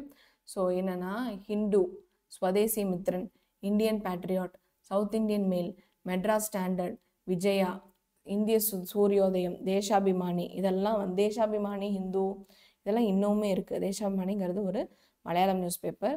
So Hindu, Swadesi Mitran, Indian patriot, south Indian mail, Madras standard, Vijaya, India Suryodayam, அதுக்கப்புறம் வந்து தேசாபிமானி, இதெல்லாமே வந்து நியூஸ் பேப்பர்ஸ். ஓகேங்களா? Yes. So give an account of Vanchinathan's role for struggle of freedom. Important question. நான் படிக்கும் போதுலேருந்து இந்த question இம்பார்ட்டண்ட்டாக இருக்குது. வாஞ்சிநாதன் என்னாருன்னா, அவர் வந்து he was under the service of the state of Travancore. Travancoreல சர்வ் பண்ணிட்டு இருந்தாரு. The activities of extremists greatly alarmed the British. So British வந்து ரொம்பவே அலாமிங்காக இருந்தாங்க இந்த எக்ஸ்ட்ரீமிஸ்டோட ஆக்டிவிட்டீஸில். The collector of Ash, so Ash Durai, ஓகேங்களா? ஸோ அவரோட சிலை இன்னமும் வந்து நம்மளோட வாஞ்சிநாதன் இதில் இருக்குது. ஸோ கலெக்டர் ஆஃப் ஆஷ் வந்து shot down and kill the 4 extremist in Tirunelveli. So இவங்களை இப்படியே விட்டால் சரி வராதுன்னு திருநெல்வேலியில் இருக்கிற 4 எக்ஸ்ட்ரீமிஸ்ட்டை வந்து சுட்டுட்டாரு ஆஷ் துரை. அவரை எதிர்த்து மணியாச்சி ரயில்வே ஸ்டேஷனில், ஸோ பாருங்க நம்ம பப்போ படித்தது எப்படி ஞாபகம் இருக்குன்னு, Vanchinathan wanted to take revenge against the collector. எங்களோட ஆளுங்களை நீ கொண்டுட்டேன்னு சொல்லி வாஞ்சிநாதன் வந்து கலெக்டரை கொல்றதுக்காக secretly went to Maniachi railway station and shot dead Ash Durai and he himself committed suicide. அவனையும் கொண்டுட்டு இவரும் செத்துக்கிட்டாரு. இதுதான் வந்து வாஞ்சிநாதனோட ரோல். ஓகேங்களா? ஸோ எப்போ 17 ஜூலை 1911. ஓகே, வாஞ்சிநாதன் வந்து ஸ்டேட் ஆஃப் ட்ராவன்கோர் சர்வீஸில் இருந்தார். Activities of extremist greatly alarm the British. They shot 4 extremist in Tirunelveli. So again, so Vanjinathan wanted to take revenge against the collector. He secretly went to Maniachi railway station and shot dead Ash, and he committed suicide himself. Okay, yes. Name the 4 books written by Annie Besant. Annie Besant வந்து How India Wrought for Freedom, India, a Nation and a Pamphlet for Self-Government இதில் எழுதுனாங்க. ஓகேங்களா? So How India Wrought for Freedom, India, a Nation and a Pamphlet on Self-Government. Give an account of VOC, Struggle of Freedomல VOC என்ன பண்ணாருன்னா நிறைய பண்ணியிருக்காரு. இப்போது காந்திஜி எப்படி வந்து அங்கே வந்து ஒரு தாண்டி மார்ச் நடத்தினாரோ அந்த மாதிரி வேதாரண்யமில் ஒரு தாண்டி March நடத்தியிருக்காரு. 1907 VOC attended Surat sessions at Congress. He followed the militant leader Bala Gangadhar Tilak and preached philosophy. Bala Gangadhar Tilak ஓட philosophy preach பண்ணாரு V.O. சிதம்பரனார் பிள்ளை. And he charged with sedition. He was sentenced to 40 years of imprisonment. So 40 years அவர் வந்து imprisonment அனுபவிச்சிருக்காரு. So இதெல்லாம் ரொம்ப இம்பார்ட்டண்டான points. ஓகேவா? Yes. So write a short note on SILF, south Indian liberal federation. இது அடிக்கடி கேட்கறதில்ல, but just please have a reading. Non-Brahmins organized themselves into political organization to protect their interests. On 20th November, a meeting of about 30 non-Brahmins was held under the leadership of Dr. T.M. P. Nair. So Nair அவரோட ஹெட்டில் வந்து ஒரு meeting நடத்திருக்காங்க. ஓகேங்களா? Justice party அந்த time. Thyagarajar, Natesanar இவங்கெல்லாம் வந்து Victoria ஹாலில் வந்து south Indian liberal federation அப்படிங்கிற இதில் வந்து to promote the interest of நான்-பிராமின்ஸோட இன்ட்ரெஸ்ட்டை ப்ரமோட் பண்ணுறதுக்கு ஒரு ஜஸ்டிஸ் பார்ட்டின்னு இதுக்கப்புறம் தான் இது வந்துச்சு. ஓகேங்களா? ஸோ இவங்களாம் தான் ரொம்ப important. TM Nair, P Thyagarayar, C Natesanar இவங்கெல்லாம் சேர்ந்து தான் ஜஸ்டிஸ் பார்ட்டின்னு ஒன்று கொண்டு வந்தாங்க நான்-பிராமின்ஸோட இன்ட்ரெஸ்ட்டை ப்ரமோட் பண்ணுறதுக்கு. Okay, yes. How was the freedom struggle in Tamil Nadu unique எப்படின்னா, so it was the struggle beginning was not only a struggle for independence from the English but also a struggle for independence from the social disability imposed by obnoxious caste system. So நம்ம British கிட்ட இருந்து மட்டும் எங்களுக்கு freedom வேண்டாம், எங்களை கேஸ்ட்ல பிரிச்சிருக்காங்க மேல் ஜாதி கீழ் ஜாதின்னு, அதுல இருந்தும் எங்களுக்கு ஒரு விடுதலை வேணும்னு சொல்லி எடுத்த மூமெண்ட் தான் இந்த தமிழ்நாடுவோட freedom struggle. when and where the meeting of Satyagraha, Rowlatt Satyagraha, who addressed it. So 18 March 1919, a meeting was held on Marina Beach and Gandhi addressed the meeting. Later Madras Satyagraha Sabha was formed. So 1919 18th Marchல வந்து Marina பீச்சில் காந்திஜி வந்து address பண்ணாங்க இந்த Satyagraha meeting, ராலட் சத்யாகிரஹாவை. அதை வந்து Marina இதுலக்கு அப்புறம் later வந்து சத்யாகிரஹா சபான்னு ஒன்று ஃபார்ம் பண்ணாங்க. Throw a light on the beginning nationalist press in Tamil Nadu. So nationalist press எப்போனா ஜி சுப்பிரமணியம், வீர ராகவாச்சாரி, ஓகேவா, வீர Raghavachari and 4 other friends started together a newspaper, The Hindu, in 1878. இப்போ கூட நீங்கள் ஹிந்து பேப்பரை திறந்தீங்கன்னா மேலே வந்து established in 1878 போட்டிருப்பாங்க. Soon it became the vehicle of nationalist propaganda. soon என்னாச்சு, நம்ம நேஷனலிஸ்ட் ஃப்ரீடம் மூமெண்ட் எல்லாத்தையும் ப்ரமோட் பண்ணுற ஒரு ஏஜென்ட்டாக ஹிந்து நியூஸ் பேப்பர் மாறிடுச்சு. G Subramaniam, who also started a Tamil nationalist periodical, Swadeshi Mitran ஒன்று ஆரம்பிச்சாரு in 1891. It became a daily in 1899. The founding of the Hindu and Swadeshi Mitran provided encouragement for starting of the other native newspapers such as South Indian Mail, Indian Patriot, Madras Standard, Desabhimani, Vijaya Suryodayam and India. So இந்த மாதிரி நிறைய news papers வரதுக்கு ஒரு உறுதுணையாக இருந்தது ஹிந்துவும் ஸ்வதேசி மித்ரனும் தான். Okay, so இந்த point தான் ரொம்ப important. The Hindu and Swadeshi Mitran provided encouragement to start other newspapers like Indian Patriot, South Indian Mail, Madras Standard, Desabhimani, Vijaya, Suryodayam and India. ஓகேங்களா? எஸ். ஸோ நான்-கோஆப்ரேஷன் மூமெண்ட் இன் தமிழ்நாடு எப்படி இருந்ததுன்னா, Tamil Nadu was very active during the non-cooperation movement under the leadership of Rajagopalachari and Periyar.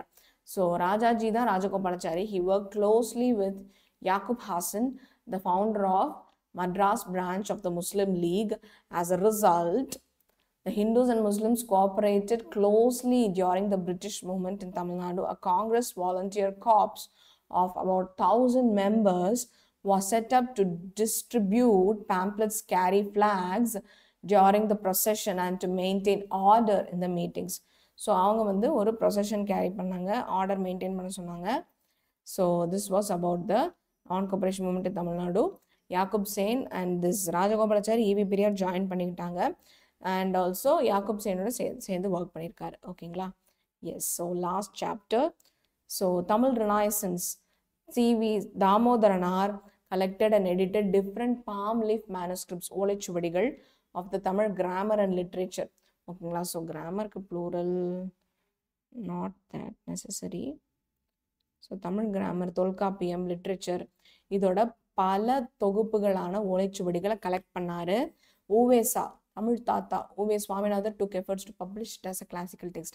அதை publish பண்ணுறதுக்கு U. Ve. Sa. போராடினாரு. These triggered an intellectual revolution and this was popularly known as Tamil Renaissance. So இதைத்தான் வந்து தமிழ் ரெனைசன்ஸ்ன்னு சொல்கிறாங்க. Okay, Tamil language and culture played a significant role in their identity construction. So நாம் தமிழர்கள் அப்படிங்கிற ஒரு ஐடென்டிட்டிக்காக ரொம்பவே பாடுபட்ட ஒரு போராட்டமாக இருந்தது இது. The introduction of printing press, linguistic research on Dravidian languages, etc. underpinned the process of Tamil Renaissance.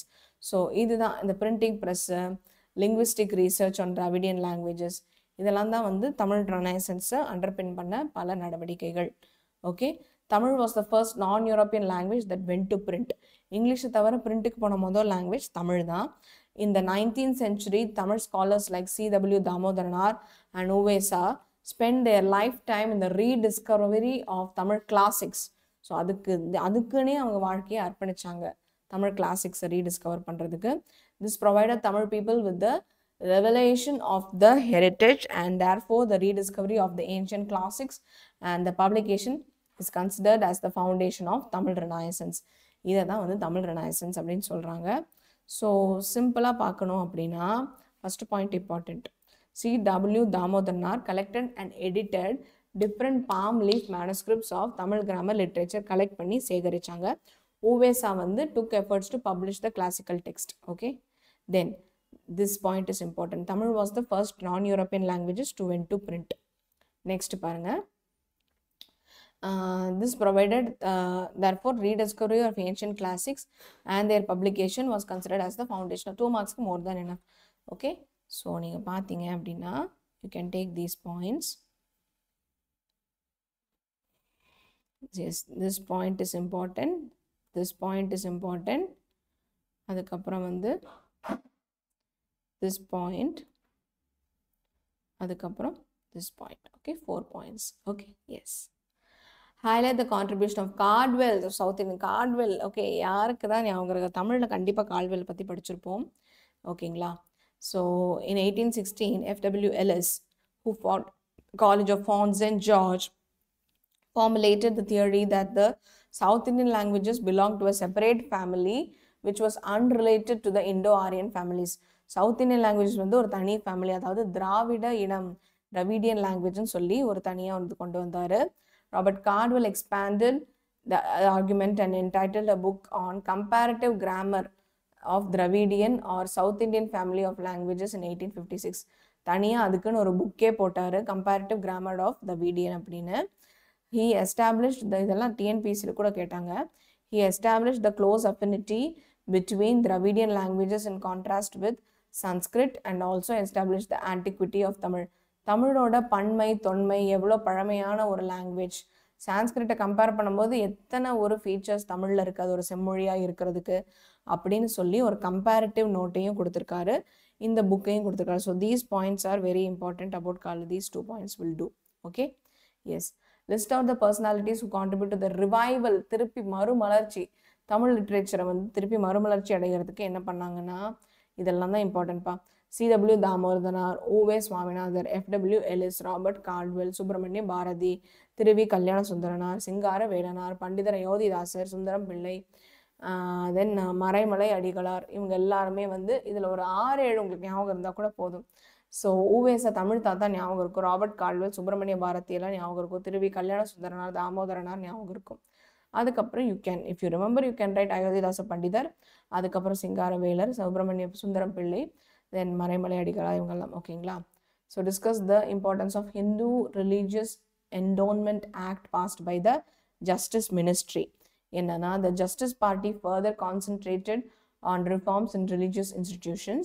Tamil Nadu has a large number of temples and these commanded a huge resources. So தமிழ்நாடுக்குன்னு நிறைய கோயில்கள் இருக்குது, அதில் நிறைய resource வளங்களும் இருக்குது.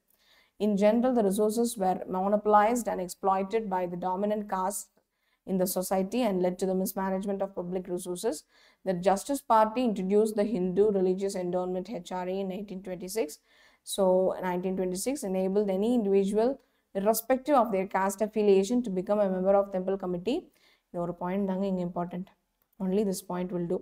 Justice Party introduced HRE, Hindu Religious Endowment Act, in 1926. Enabled any individual, irrespective of their caste affiliation, யாராக இருந்தாலும் இதுக்கு கான்ட்ரிபியூட் பண்ணலாம், to become a member of temple committee and govern the resources of the religious institutions. டெம்பிள்ங்கிறது ஒரு பெரிய ரிசோர்ஸுங்கிறதுனால அதை govern பண்ணுறதுக்கு எந்த கேஸ்ட்லேருந்து வேணால் வரலான்னு சொல்லி ஒரு ஓப்பன் என்டோன்மெண்ட் ஆக்ட் கொடுத்தது justice party. So that is called as the religious endowment act. Important, அவ்வளோதான். So what to you, this is already that Cheran Madevi incident. Okay, so south Indian liberal federation இதுவும் பார்த்தாச்சு. Dravidan in Tamil, justice in English, Andhra Prakasika in Telugu. மூணே தான். Dravidian in Tamil, justice in English, Andhra Prakasika in Telugu. இந்த 3 news papers தான் பார்ட்டியை propagate பண்ணிச்சு. Periyar as a feminist கேட்குறாங்க. So Periyar was a great feminist. He believed in gender equality, எல்லாரும் சமம் நினச்சாரு. He also raised his voice against the plight of women. So ஒவ்வொன்று தலைவிதியே உட்காந்துராமல் நீங்கள் எழுந்து வரணும்னு சொல்லி ரொம்பவே ஆதரவு கொடுத்தாரு. He emphasized on women's right to divorce and property. So அவங்களோட டிவோர்ஸ்க்கான ரைட்ஸு, ப்ராப்பர்ட்டி ரைட்ஸ், இது எல்லாத்துக்குமே ரொம்ப போராடினாரு.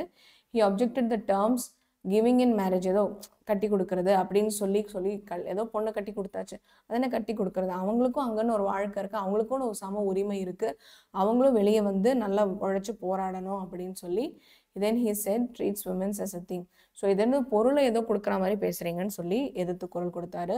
he wanted substitute, அது கட்டி கொடுக்கறது இல்லாமல் வாழ்க்கை துணை, கம்பேனியன் அப்படின்னு சொல்லி அதை மாற்றணும் அப்படின்னு சொல்லி திருக்குறளில் ஒரு வேர்டை தேடி எடுத்தாரு. Periyar's most important work on this subject is why the woman is enslaved. ஏன் பெண்கள் அடிமைப்படுத்தப்படணும் அப்படின்னு சொல்லி கேள்வி எழுப்பினாரு. ஓகேங்களா? Yes. So great feminist, gender equality, அதுக்கப்புறம் கிவிங் இன் மேரேஜுங்கிறத இது பண்ணாரு. வாழ்க்கை துணை, அது ரொம்ப இம்பார்ட்டண்ட்டு. ஏன் விமன் என்ஸ்லேவ்டாக இருக்காங்கங்கிற contribution. He believed that property rights, so விமனுக்குன்னு சொத்துரிமை கொடுத்தோன்னா அவங்களுக்கு ஒரு சோஷியல் ஸ்டேட்டஸும் ப்ரொடெக்ஷனும் கிடைக்கும், சமூகத்தில் அவங்களுக்குன்னு ஒரு உரிமையும் ஒரு அங்கீகாரமும் கிடைக்கும். He welcome equal rights for male and female in property, guardianship and adoption. இது ரொம்ப இம்பார்ட்டண்ட். ஸோ மேல் அண்ட் ஃபீமேலுக்கு ப்ராப்பர்ட்டி, கார்டியன்ஷிப், அடாப்ஷன் இது எல்லாத்துலேயும் ஈக்குவல் ரைட்ஸ் கொடுத்தாங்க. Okay, so these 2 points itself will do for 2 marks. Okay, yes. So explain the 5 மார்க்காக கேட்டாங்கன்னா எல்லாமே எழுதிடுங்க. கேட்குறாங்க, explain the proceedings of all India trade congress 1920. ஸோ 1920 பார்த்தீங்கன்னா தீஸ் இன்க்ளூடட், இது பாருங்கள். ஸோ அக்டோபர் 1920 பாம்பேல நடந்தது. என்ன ஆச்சுன்னா, the protection from police interference. So police interfere பண்ணாமல் ப்ரொடெக்ட் பண்ணணும். Maintenance of unemployment register, restriction on exporting food stuff, compensation for injuries, health insurance. So simple, இந்த பாயிண்டே போதும். டேட் நோட் பண்ணிக்கோங்க, 1920 அக்டோபர் பாம்பே. ஸோ என்னெல்லாம்னா, போலீஸ் இன்டர்ஃபரன்ஸ்லேருந்து ப்ரொடெக்ஷன் வேணும், maintenance of unemployment register, restriction of food exporting stuff, compensation on injuries and health insurance. Okay, so இதெல்லாம் basics. Yes. So what were the aims of சுயமரியாதை movement என்னன்னா, so self-respect movement condemned and fought against Brahmin domination over other castes, society, politics and religion. It fought to abolish traditionalism and superstitions. So இங்க பார்த்தீங்கன்னா Brahmin domination, other casteல அவங்களுக்கு இருக்கிற dominationக்கு against-ஆ, politics, religion எல்லாத்துலேயும் அவங்க தான் முன்னேறு அப்படின்னு இல்லாமல் அதுக்கு அகேன்ஸ்டாக போராடுறது. It fought abolish traditionalism and superstitions. So traditional superstitions இதுக்கு அகேன்ஸ்டாக. It advocated women education, it's very important. Women education, widow remarriage, intercaste marriages and opposed child marriage, இதெல்லாம் தான் செல்ஃப் ரெஸ்பெக்ட் மூமெண்ட்டோட இம்பார்ட்டண்ட்டான points. Explain about the basic inspiration of renaissance.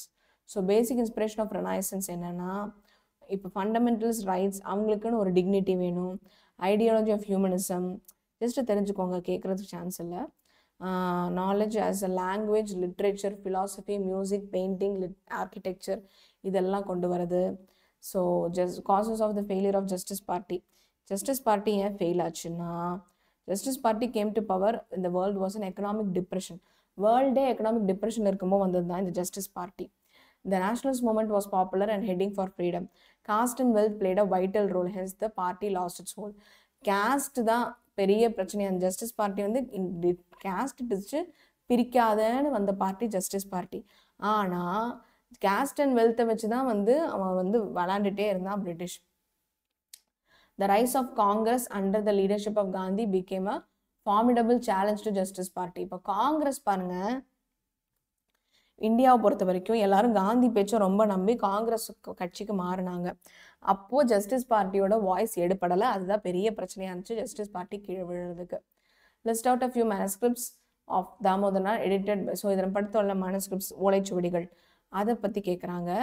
So Tolkappiyam, விரச்சோழியம், இறைனார் அகப்பொருள், இலக்கண விளக்கம், கலித்தொகை, சூளாமணி, ஓகேங்களா. So இதெல்லாம் தான் வந்து ஸோ இம்பார்ட்டன்ட். தொல்காப்பியம்னாலே நம்மளோட தமிழோட இலக்கணம் தான். தொல்காப்பியம், விரச்சோழியம், இறைனார் அகப்பொருள், இலக்கண விளக்கம், கலித்தொகை, சூளாமணி, இதெல்லாம் வந்து இம்பார்ட்டண்ட் லிட்ரேச்சர் ஒர்க். ஓலைச்சுவடியில் இருந்ததை எடுத்து எடிட் பண்ணி ஒரு தொகுப்பாக வழங்கியிருக்காரு சி.வி. தாமோதரனார். ஊவேசா என்ன பண்ணாருன்னா சீவக சிந்தாமணி, பத்துப்பாட்டு, சிலப்பதிகாரம், புறநானூறு, புறப்பொருள் வெண்பா மாலை, மணிமேகலை, ஐங்குறுநூறு, பதிற்றுப்பத்து, இது எல்லாத்தையும் ரெனோவேட் பண்ணார். ஓகேங்களா. எஸ். ஸோ இங்கே 5 அங்கே 5ன்னு எழுதி பார்த்து உங்களுக்கு எது ஈஸியோ அதை படிச்சுக்கோங்க. ஓகே. எஸ். ஸோ பெரியாரோட டிஃப்ரெண்ட் பொசிஷன்ஸ் என்னெல்லாம் அப்படின்னா, Periyar held official position in Erode included chairmanship of Municipal Council, President of Tamil Nadu Congress and President of Justice Party. Municipal Council ஓட chairman, President of Tamil Nadu Congress, President of Justice Party, மூணுமே பெரியாரா இருந்தார். Okay. Justice party, Tamil Nadu congress, municipal council மூணுக்குமே அவர் வந்து இது official பொசிஷன்ஸில் இருந்தார். What was the impact of Tamil language movement in 20th century? 20th centuryல தமிழ் லாங்குவேஜ் வந்து ஒரு தனி தமிழ் இயக்கமாக மாறிச்சு. தமிழ் இசை இயக்கம் made a great significant cultural impact in creating pure Tamil free from the influence of Sanskrit. சமஸ்கிருதத்தோட ஈடுபாடுல இருந்து தமிழை வந்து ஃப்ரீ பண்ணுறதுக்கு ஒரு மூமெண்ட்டாக இருந்துச்சு தனித்தமிழ் இயக்கம். Discuss the work done by Justice Party towards legislating provisions of communal representation.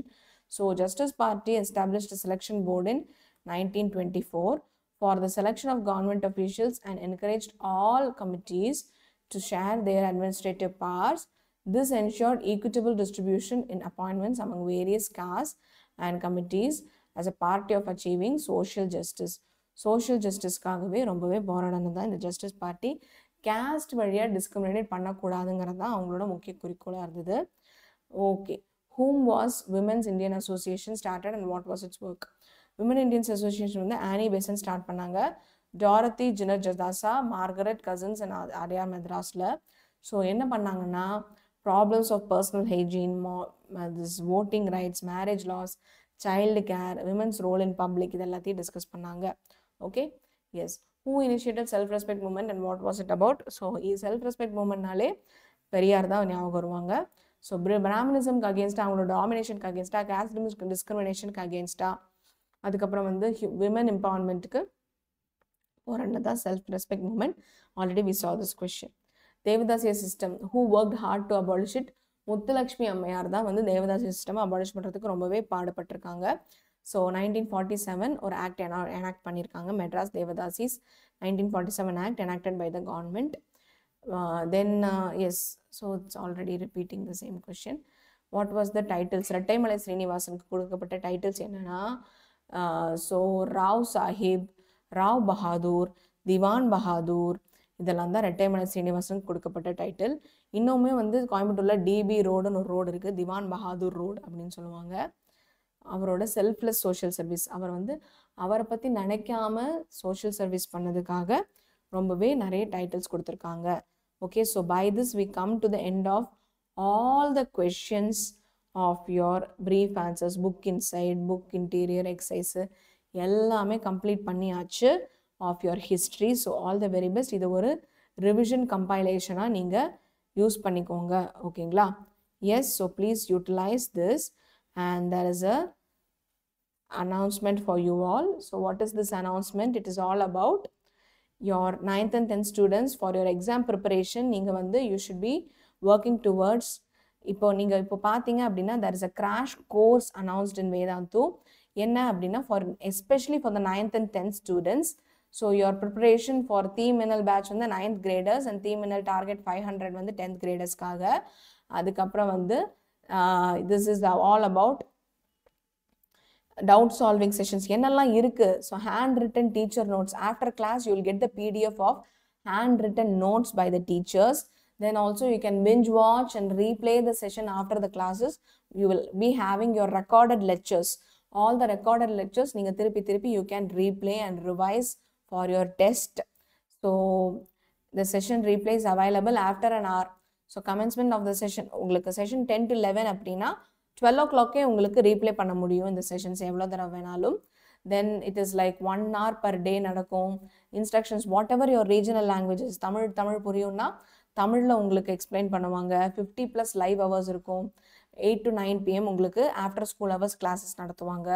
So these are all the main important points you can make use of the session. Science 32, Maths 32 sessions நடக்குது. So science staff வந்து Karthika ma'am, Divya ma'am of science and Karthika ma'am for math experienced faculty handle பண்ணுறாங்க. So it is going to be very beneficial for you all to score centum in science and math. Please make use of this. So ரொம்பவே அஃபோர்டபுளான offer. Just 2.5ல உங்களுக்கு வந்து limited offer limited பீரியடில் தராங்க. Please make use of it and subscribe to the offer. Okay, so description உங்களுக்கு பயோவில் கொடுத்துருக்காங்க. So everybody register and get your self benefited through this crash course. All the very best. Don't miss the opportunity. ஓகேங்களா? Yes, so let us all meet again in another interesting video. Thank you everyone. All the very best.